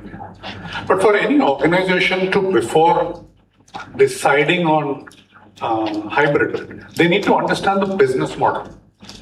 Now, any organization cannot say that, coming from this Monday, we'll work 2 days from office and 3 days from home or vice versa, whatever it is. They need to understand how productivity, eventually business is all about productivity. If there is no productivity, there's no business. How productivity is going to be managed, how no slump in productivity is going to be ensured, what are the people factors that need to be built in, what are the technology factors that need to be built in, and only then take well-informed decisions. So organizations, before getting into a very remote kind of a, remote or rather called hybrid kind of a work arrangement, do a lot of experiments. Maybe they get one particular team to work from one location, one particular team to work from home for so many days. So we need to do a study. For example, we realized our salespeople, especially the callers who sit in different offices across the country, their productivity actually dipped by about 20 to 25% when they were remote or hybrid. The productivity went 20 to 25% plus when they were supervised in person and they were in office 5 days a week. So every business model has to be defining the way of work. And if at any given point in time, a business model says that yes, I can accommodate a hybrid work model, after having seen all the pluses and minuses, a well-informed decision needs to be taken. But when we go to a hybrid kind of a work arrangement, a lot of the communication becomes asynchronous. Right? It's not going to be, you're not going to be meeting your people, talking to people all the time. So those communication tools need to be put in place, need to be tested, needs to be ensured that they are working the way they're expected to work. Obviously, it's been proven, it's not only in India, but in most countries across the world, it's been proven very well that nothing works better than in-person catch-ups. A lot of decisions happen faster. A lot of progress happens in the right direction because working from home, typically considering an Indian setup, there are going to be multiple distractions, right? Multiple distractions, whether you agree or not, are going to be there.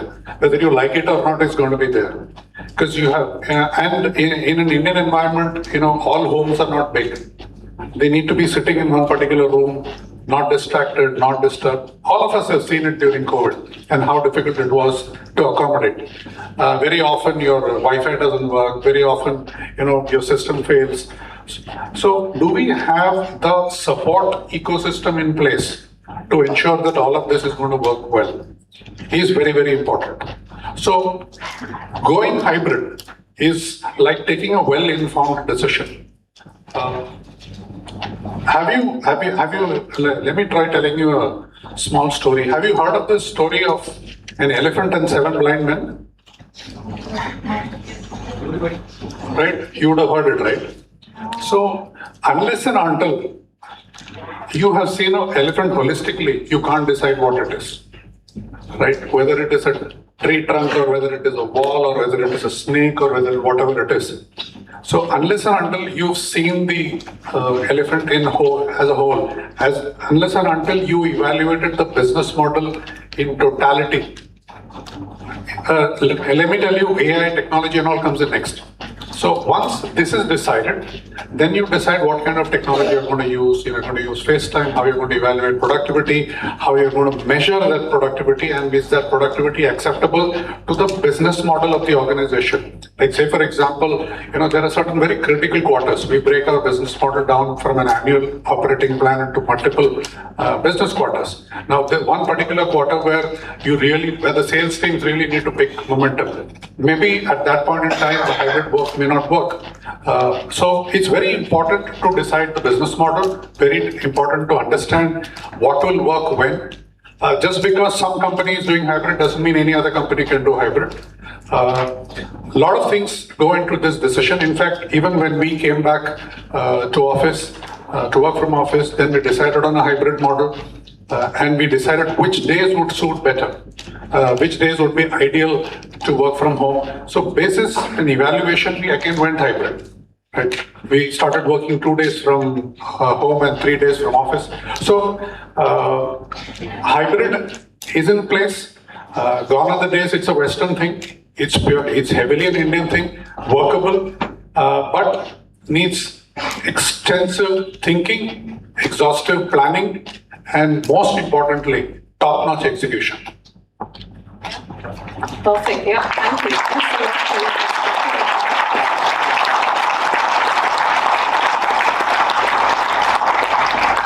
taking the conversation a little ahead, and one of the questions which probably all of you have come up with is on the performance management, how the future of the performance management is going to be and how do we redesign that. Now, coming on to a little dated, back maybe 10 years back, when we looked at performance over the organization, what was most valued was effort, right? And I'm not saying that effort without no outcome to the business, but effort was glorified to an extent that people like saying that I'm burnt out. People like saying that I added extra hours to the work day, and yeah, I left late. It was like I was clocking till say 9 o'clock, 10 o'clock, and there's a lot of pride into it. And somewhere, again, the managers also used to somehow have that soft corner that okay, this person has really put an effort, and the performance is based on that. Gone are those days, right? Effort without an output is of no use, and now we have shifted gears about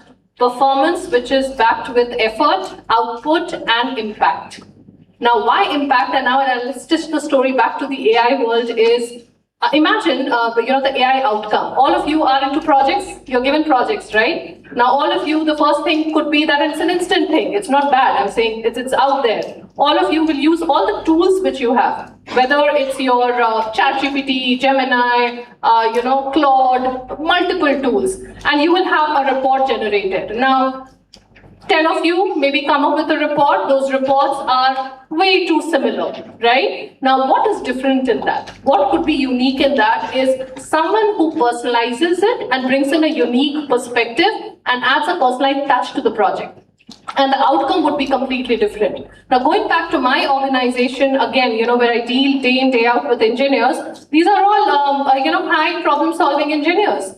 They are doing product development, they are electrical engineers, mechanical engineers, data scientists, all of them together. Now, if I leverage their expertise, which saves their time in terms of coding or day-to-day software analysis, trust me, they have a better conviction to make impact on the innovation and the business outcome. Right, the business models can be changed completely. So my performance is actually getting accelerated, not that it is getting impacted by AI. So that's where the right usage is important and how your effort is resulting into a proper outcome. And that's where the businesses or the competition can be won, because competition out there is cutthroat. You have to survive with that. So speed is no longer the mantra to win. The speed is there because the tools are there, right? If you've augmented it now, that means you're already in the accelerated journey, your productivity is there. But the essence would be that what are you going to do with that optimization and productivity? Are you going to leverage? And that's where the leaders and the managers will play a role, wherein they direct this time and energy into something which is much more productive, and then the impact comes back. Okay, so that's about the performance. And now I'll open it up for some questions. Anything which you want to ask, I already see hands raised. So maybe the first one up there. Yes, please go ahead. Go ahead. Ma'am, Yes, boy. Yeah. Ma'am, You can go next after that. The one behind at the end, you can go first. Yeah. Ma'am, myself Ajiji Rahman from MSTSM. Ma'am, you already even recently said that AI tool actually accelerating our potential. But my concern still remains that AI taking the entry level tasks doing very well, right? So if the AI doing the entry level tasks well, then are we risking the future leaders? I'll give my perspective and then I'll invite opinions from all of you. You said one of the particular thing is that it's doing our activities, our day-to-day activities. Tell me one thing, do you like to eat the similar food every day? No, ma'am. No? If I give you a task which is to be repeated multiple times throughout the year, will you like it? No. No, right? Yes. But there is a value to that work because that's important. Right? So now what happens is, imagine that your day-to-day mundane work, which can be done by some tool, and what ideas of brain you have bringing onto the table, or what passion you're bringing onto the table, that can be leveraged for a better idea and a better productivity. How about that? Yeah. So when I say that it accelerates, it's basically the taking out the job which is mundane, or maybe accelerating the way. Like say for example, if I have to come up with certain virtual designing for that matter, right, for a product. Now there could be certain historical way of doing it. Now what AI can help me doing is that go back to 1,000 reports and bring a summary to it so that I understand what happened historically, which ideally would have taken a proper R&D of say 6 months. So I've actually saved my time by getting all the reports very easily, maybe in a span of say 30 minutes or so, and then I utilize my time in building in for future. That's what you can bring onto the table. Any perspective from either of you? So I would little deviate from that notion itself. So entry level jobs itself, the definition is going to change. Okay. Today, there are a lot of startups that are coming in. Okay. Today is the era where we are going to hire more and more AI agents. Who will make those agents?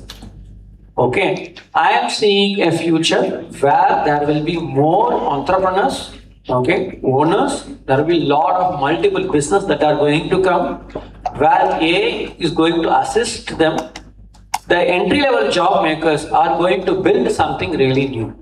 Okay, the entry-level job will be a span out of the extended arm of the core job.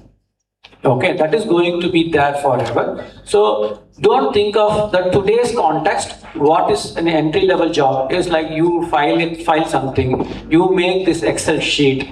No, the entry level job is something that you design for something which is today it's a problem for a customer. Okay, end of the day, the entire business, whoever sitting here, maybe our businesses are different, but we are all working for one God, which is customer. Okay, so there will be new startups coming in and you will be the owners of those startups, and your entry level job is not the entry level job that we have seen in our organization. Okay, thank you. It's a redefined work, Yes. right? Yeah, actually, spot on. I just want to steal one point from you. Most of you would be writing your CVs in the next 6 to 8 months, right? When you're going to sit for placement next year. If your CV still contains things that I have expertise in Excel, I have expertise in PowerPoint, you've already lost a game, right? That is something that's already taken care of by automation. So you need to be a few steps ahead. I think that's exactly what he was saying. We started our journeys with Excel. You guys are not starting your journeys with Excel. You guys are starting with something far more. So don't ever put something like that in your CV that you are proficient in Excel. It doesn't mean anything to the world today. So I'll just take one process and ask you questions. I won't give you any answers. Amita was talking about the performance management, right? So now suppose you are an entry-level person. What would you like to do? The first part of the performance management is goal setting. Would you be happy just chasing people that how much goal setting completion has been done? Or can that be done by the technology part of it? Even what is a smart goal, right? that can also be done by the AI-enabled technology, right? And what would you prefer to do? To have a conversation with the employees, with the teams, with the whether your goals are exciting enough, challenging enough, in line with the development, in line with the organization priorities at the goal-setting stage, right? Suppose it is the second part of performance management, that is setting up people for success, performance facilitation. What would you like to do? Media conversation work in your, is that the only role of the HR person? Is that the entry-level job that you want to have, right? Or would you leave that part of technology and move to the next part? What competencies you need to do this job well? Who can help you in doing this job better? Where you can take support from? How do you visualize the entry-level role now, right? Are you willing to uplift the game? Now come to the assessment part of the performance, right? Now, वो completion हुआ कि नहीं हुआ, manager ने close कर दिया कि नहीं कर दिया, right? Is that the only satisfaction that an MB HR going to have? Can that be done by technology? Can the data be enabled by the AI from the different sources? And then you are coming to the how do you do the conversations which are elevating, which are creating the alignment, which are creating the excitement, right?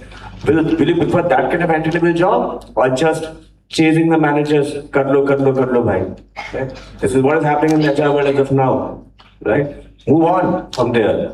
The fourth part of performance management, the rewards. What rewards will work for whom, right? Can you make it personalized instead of having the Excel sheet running over all over? That kiska rating kitna hai, kisko kitna increment, can you make it personalized? Can AI enable over there? Right? What will you prefer as an entry-level job? So no jobs are going away, by the way. It is only being enabled so that you can move up the value chain and do the job which an MBA is supposed to do, not a secretarial technology assistant is supposed to do. I just add one last point. Whatever that I have said, like the entry-level job itself is going to change. I will just give you an example. 10 years before or 15 years before, an entry-level job of a photographer is to take a passport-size photo. Okay? And now there is no photographer here. There is a department within you is doing it. Okay, so the definition of entry-level job, don't think of today. Okay, the entry-level job is completely will change. And do you think like the amount of photos that we take 10 years before versus now, you cannot even imagine the amount of data that we are managing, okay? Go and ask ChatGPT or Gemini, they know how much of a bigger data center that they require. So things will be there, but the form will be completely different. So don't worry about the entry-level job. All that you have to check and see is what is that entry-level job which is going to really change and what is the new form of that entry-level job is going to come. Thank you. Thank you. Hope your question was answered.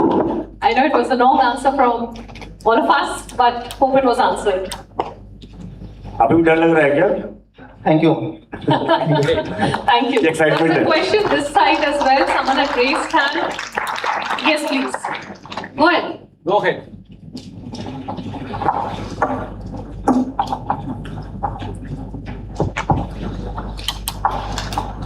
Good afternoon, panelists. So my question was... What's your name? Anuj. My name is Anuj Khandekar.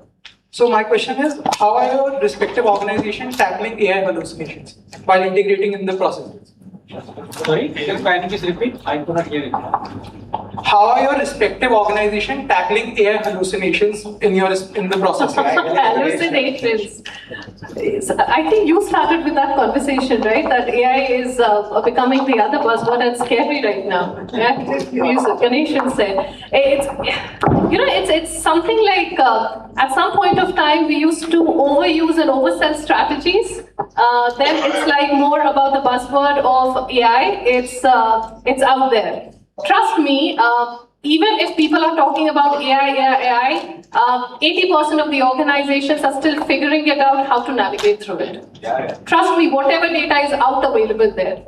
Actual organizations are still trying and understanding how to do, what to do, and what would be the future looking like. So everyone is in that learning phase, and every learning phase has a bell curve. And I'm stealing the bell curve from the performance management that, there is this foundation level, which is still trying and figuring out, and then there's this peak, and then it will fizzle it out, and fizzling out over here is augmenting into your day-to-day things. So the hallucination is about, how do we augment it into our day-to-day things. So at least in my organization, what we are doing is, we are not creating a big thing around AI. What we realize is that we are a set of engineers out there. Every day there is a new technology which is coming in, and how it can be moving faster for our day-to-day work, and how do we leverage more to do more. That's what we are trying to identify. So we have integrated that in our normal course of the day, be it in any function. Like say, for example, in HR, yes, we have an AI-enabled interview things which are going on. There are learning platforms which are already existing. For the engineers out there, when they are designing the actual products, earlier it used to go through physical prototyping. Just to explain what a physical prototyping is, you will do multiple iterations of a product. So say, for example, if you have to launch a washing machine, you will actually have a physical kind of a prototyping done just to see whether all the parts and everything is meeting your customer requirement. Now everything happens virtually. So you need not do those physical testing in the manufacturing sites, you actually do it in the computer. And then you figure out that, okay, what could be something which can go wrong? What could be the quality issues? What could be the cost issues? And ultimately what your customers require. So all of this is integrated back through AI. So we don't find it that, okay, we need to address it like in a different way. We are quite aware of it, and we are trying and leveraging in each of our functions. That's what we are doing, at least in our organization.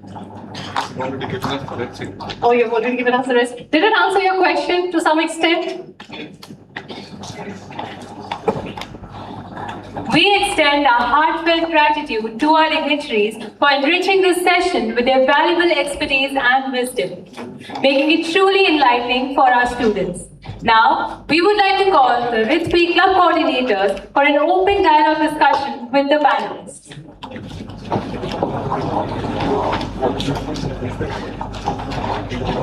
Now it's our time for questions. Yes. The sharp line question.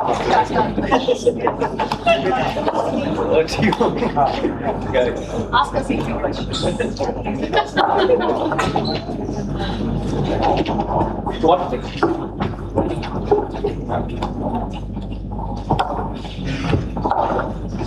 So this time we are not anymore in a cafe. We are near fire. This is a fireside chat, and these questions. In my head, I already had a cold coffee, so up for the fire. All right. So a cold coffee near fire, and we are going to. Does not sound too bad. Okay. Yeah. So, we're going to ask you questions about your personal journey. So, my first question is to Mohit sir. Sir, you have 32 years of work experience. That's about a decade more than the average age of the 2028 cohort with us here. And I'm sure in those 32 years, you've made a lot of important and impactful decisions. So my question would be, what is one decision that still makes you smile whenever you think about it today? So, during my IT industry days in Hewlett Packard, I was handling the largest business unit of HP, and when I was called by my boss that we have a downsizing assignment, you have a choice to continue handling and bask in the glory of what you have created, and I'll let you do that, or make yourself available for the next round of challenge, which is bringing down that unit. First of all, aggregating it. It was an IT organization aggregation, which was horizontal, which was in the verticals to make it horizontal. Aggregate that to 6,500 and then bring it down to 2,300 in a year's time. And that means that the team which is there with me, the HR team, that also will keep going down as the numbers go down. So that's a suicidal assignment. But he also said that this is something which is of importance to India HP organization, and not only for India HP organization, Indian IT industry, whether it is how it is handled, because that will create the impact on the brand of not only one organization but the entire Indian IT industry. Think over it. The benefit to you that you can choose the team that you want to work with actually. And fortunately, I took that decision of taking up that ramp down assignment. And good that I took that, because I was able to handle it with resilience, with heartfulness, without sacking any employee while meeting the business objectives. It was painful, stressful, a lot of learning for me and team, but that is where the gold really shines actually. Right? So I'm proud of that decision.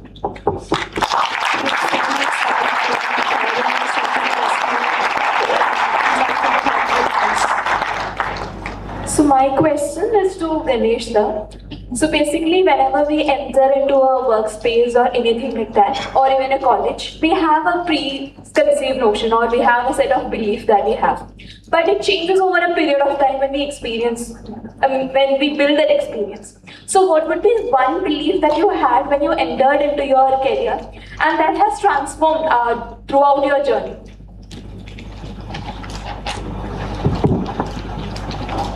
I would say I had one belief which has actually grown manifold in my journey and actually been endorsed multiple times. One is no 2 days at work are ever going to be the same. Very early in my life, I was able to see that any day without surprises, without escalations, without problems are the most boring days of life. And once I started accepting that as a fact, growing in terms of resilience, growing in terms of maturity became much more easier. Like Mr. Mohit was saying, talking about the AAA, you spoke about resilience. I think irrespective of HR or for that matter, any discipline that somebody would get into, I think resilience is most important. And keep building on that resilience. That actually takes you places. That actually keeps you very composed, keeps you unruffled whenever you face major challenges. I worked in India, I worked outside India, and the philosophy remains the same. There again, when I was not in India, I worked in Malaysia, Japan, and Korea for 6 years. One thing I saw was no 2 days were the same. Unique problems every day. Something that I would have possibly never heard of before. I can give a very simple example, which may sound very humorous, but at that time was a shocker. So one evening I was leaving work. It was around 8 o'clock from my KL office. We had about 3,500 employees in that building. So there was somebody screaming and yelling and whatever. I thought somebody's got into a scuffle and all of that. Typical outsourcing environment. So I asked one of my HR VPs and the admin guy, what happened? You may not even think of what had happened, or possibly no one here would think of what had happened. They told me he's possessed. I said, what the hell is that? And so what do you do? No, sir, we can manage it. I have an Ustad's number. He'll come and settle this. He said, wow. So again, unheard of learning experience, 9:30 in the night. They're saying, if you want, you go home, or you can sit and watch the fun. So I'm saying every other day, since I was dealing with so many expatriates out there, I used to get a call from some embassy and saying, why are you not giving employment to this person, this, that. So if you are expecting a day to go smooth, then a workplace becomes a very difficult place. If you're expecting things to go wrong, if you're expecting escalations to happen, then let me tell you, you are made for the big game. And that is something you need to keep building on, resilience. Thank you so much.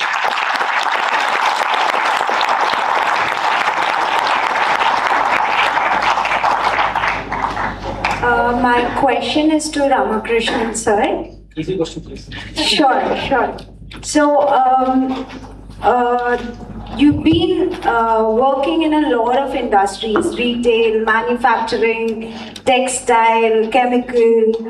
So that is a lot of shoes to be in. And I'm sure it must have entailed saying yes to a lot of opportunities, right? So the question is, what is one opportunity that you almost said no to, but you are grateful that you finally accepted it?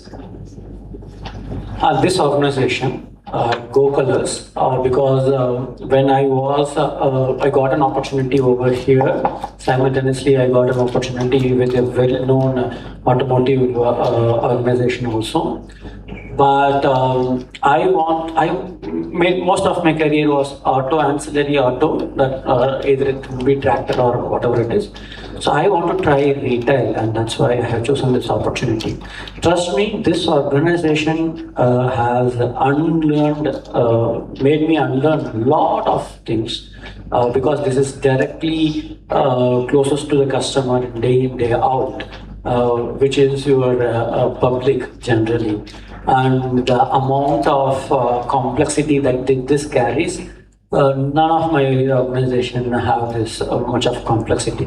So I'm really happy, and the population is also very young. Okay, our average age of my organization is 24, and my founder is also just 37 years old. So it's quite an young organization, and I could do a lot of things to add value in this organization. That's why.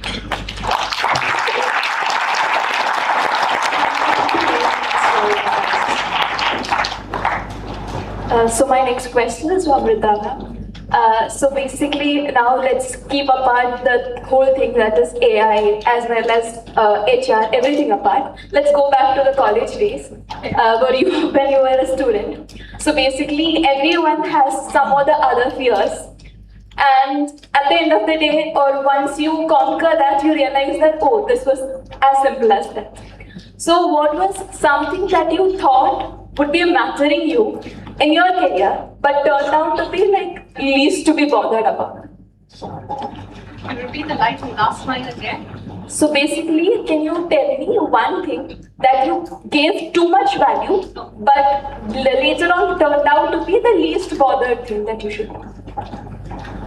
It's a little difficult question. I'm just thinking how to articulate it better, because you're bringing back the college memories out. So trying to, recall my fears at that point of time. I think, one of the, not fear per se, but one of the things which had kept me awake during my college days was that, what if I don't fit into the larger scale or scheme of things? What if I did not fit into different, say, industries, or even different people for that matter? I came from a very small town, no longer a very small town now, Ranchi. That point of time, it was not that famous for Dhoni, but then yes, it's a city, and it's now a capital of Jharkhand for that matter. But yeah, you had an exposure, but whatever said and done, it did not have that exposure when you look back into the metros for that matter. Here, in your day-to-day things, you're exposed to industries, you're exposed to different platforms. There also you have that, but then because of the limitations in and across, you definitely don't have those kind of platforms. So one, I was shifting my base for the first time, so that was one of the fear, whether or not I belong to a particular state. So it's a complete cultural shift, as well as being on my own, independent, carrying the responsibility of making something big, at some point of time. So yes, there were dreams, there were passions, and also to fit in or to belong. And the second thing was also, how do I still keep my, say, root intact? That as I move forward in my career or in my personal life, how do I still remember all the time that where do I belong? And I can be proudly saying that, that's the place where I belong. So I think that's what it is. It's not about a fear, but it's always keeping that thing consciously or subconsciously, aware that wherever you are trying to fit in, don't lose yourself, because it's not about where you want to fit in, it's about what you bring on to the entire ecosystem, because you all are unique in your own way. So I think that's very important. That turned out to be more like keeping me grounded and keeping me going. So whenever, even now, there are different environments and different work-related pressures as well. One thing I always remember is that out whatever it is, you always can bring a different perspective and still have a very distinct place for yourself. So don't chase anything. I will always try and be the better version of yourself than trying to copy someone or trying to be like someone. Be yourself, trust me, things will just follow for you. Thank you.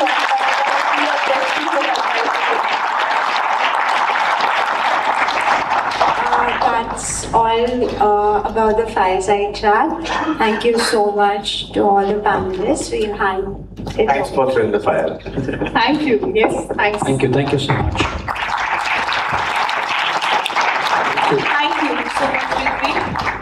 Thank you to our insightful and engaging panelists for addressing all the questions with such clarity and enthusiasm. You may now take your seat in the audience and continue enjoying the rest of the conclave. So any further questions, they can send it through mail to you guys, and then they can, because I could see a lot of hands that has been raised. So I will be loving to answer on it. We are all willing to. Okay, thank you so much. Thank you. Thank you guys. Wish you all the best.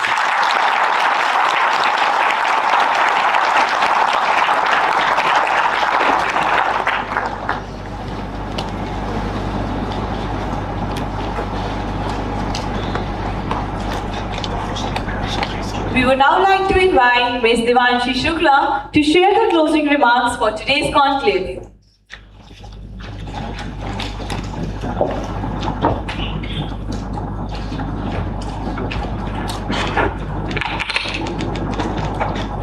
Good afternoon, respected dignitaries, esteemed faculty members, and fellow students. I, Devanshi Shukla, am honored to once again extend a heartfelt welcome to everyone present at the 11th Annual HR Conclave, YUKTI. With our second panel's theme, Humans, Machines, and Managers, who leads the workforce of the future, being explored so thoughtfully by our esteemed panelists, we have gained a profound understanding of the evolving organizational ecosystem where employees, contingent talent, and intelligent systems work together. We have discovered how HR must shape workflows so that human and machine capabilities complement one another, ensuring that our workplaces remain ethical, transparent, and fundamentally human-centered. Hearing these perspectives is especially enriching for those of us deeply invested in how data analytics and machine learning translate into effective business decision-making and strategic management. I take this moment to express our sincere gratitude to all the panelists for sharing their profound knowledge and experiences. I am confident that today's discussion has provided us with plenty to reflect on, insights to act upon, and invaluable lessons to carry forward. Let us recapture some of the highlights from today's event. Starting with Mr. Mohit Kumar, thank you for giving us insights on navigating the rapid explosion of AI and big data while preserving our core human essence in the workplace. You beautifully emphasized on the necessity of mindful leadership, reminding us not to get lost in data and analytics, but to instead focus on heart energy, ethical character, and collaboration. Thank you for highlighting that in sensitive domains requiring governance and empathy, human touch is absolutely non-negotiable. Next, we have Mr. P. Ganeshan. Thank you for giving us insights on building organizational trust and transparency in an era where HR is completely enabled by technology. You emphasized on the importance of using AI-enabled tools to truly understand employee feelings and human sentiment, while also cautioning us that AI is currently one of the most misused tools today. Thank you for highlighting the critical need for very strong governance, correct guardrails, and solid data principles to combat digital fatigue. Next, Ms. Amrita Sarkar, thank you ma'am for beautifully moderating this session and highlighting the crucial balance between human intellect and AI. You emphasized that adding a human touch to our work drives much stronger business conviction than relying on AI alone. We deeply appreciate your perspective that speed is no longer the ultimate mantra.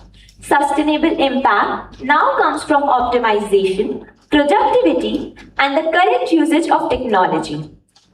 Next, Mr. R. Ramakrishnan, thank you, sir, for sharing how AI acts as pivotal enabler, empowering global dispersed workforces with continuous learning and essential information. We deeply appreciate how you redefine accountability, shifting the focus from blame and towards a constructive framework of addressing issues, fostering respect, and moving forward. On behalf of the entire IIM Amritsar community, I extend my deepest gratitude to all the panelists for their invaluable contributions. You have not only broadened our perspectives, but also set a benchmark for the quality of discourse at this conclave. Thank you.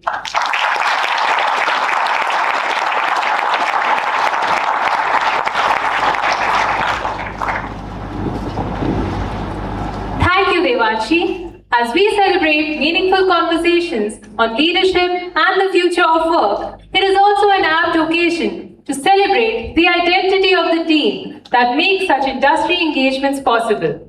The Industry Interaction Committee has long served as the bridge between the Institute and the corporate world. Today, it marks another milestone with the unveiling of its new official logo, an identity that symbolizes its purpose, growth, and commitment to fostering stronger industry engagements.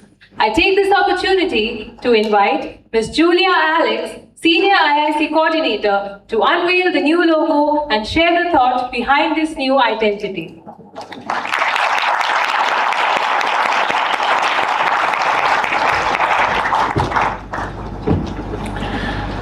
A very pleasant good evening to one and all, respected dignitaries, esteemed faculty members, and dear students. As the Industry Interaction Committee enters into its 12th year, we take a moment to look back with immense gratitude. What IIC is today is the result of the vision, dedication, and relentless efforts of every coordinator, every member, and every senior who has been a part of this journey. They laid the foundation, they nurtured the committee through all these years, and with the unwavering support of the faculty, the institute, and every stakeholder, transformed IIC into a platform that continues to build meaningful connections between the academia and the industry. Over these 12 years, IIC has evolved, not only in the events that it hosts, but also the purpose it has come to represent. And it feels only fitting that we unveil this new identity here at YUKTI today. Because YUKTI was the first conclave organized by the Industry Interaction Committee and a platform that has since grown into one of its flagship initiatives. We could think of no better opportunity to celebrate not only how far we have come, but also where we aspire to go. May I take this opportunity to introduce the new logo of the Industry Interaction Committee.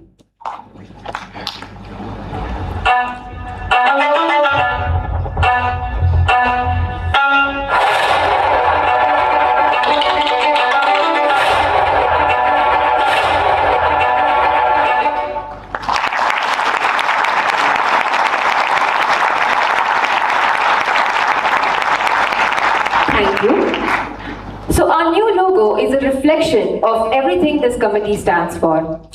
The five interconnected figures, they symbolize collaboration and engagement. The coming together of students and industry leaders through conclaves, guest lectures, leadership interactions, and countless opportunities for meaningful exchange.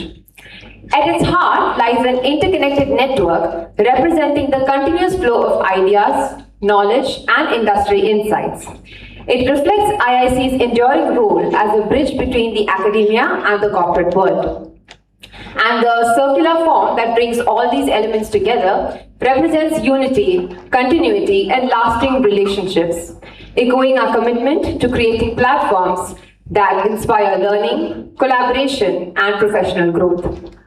This new logo is more than just a visual identity. It is a tribute to the 12 years of dedication. It is a celebration of all those people who have been a part of this journey, and is a symbol of the future that we continue to build together. Thank you.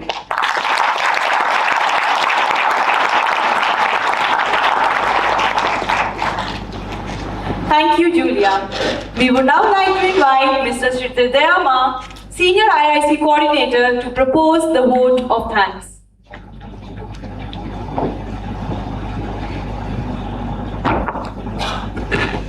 On behalf of every individual involved in organizing this conclave, we would like to extend our heartfelt vote of thanks to all of you for making this conclave a resounding success.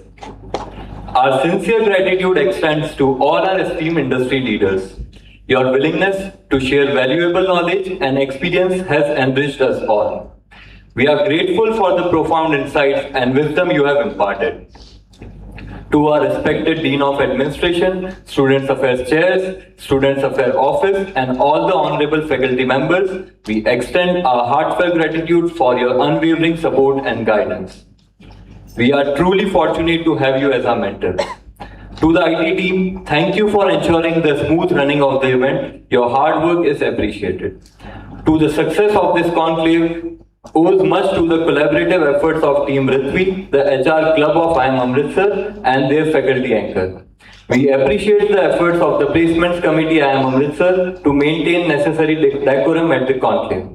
And we are immensely grateful to the Media and Public Relations Committee and 50mm for their never-ending support and for beautifully capturing the event.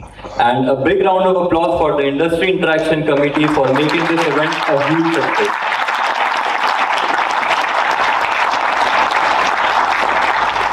And finally, to you, the students of IIM Amritsar, thank you for your constant support, patience, and engagement.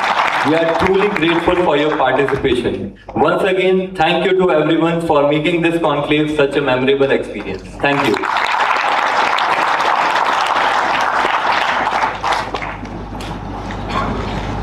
Thank you, Kshitij. We now invite you all to enjoy a short yet captivating glimpse of today's event, thoughtfully captured and curated by the Media and Public Relations Committee and 50mm, the Photography Club of IIM Amritsar.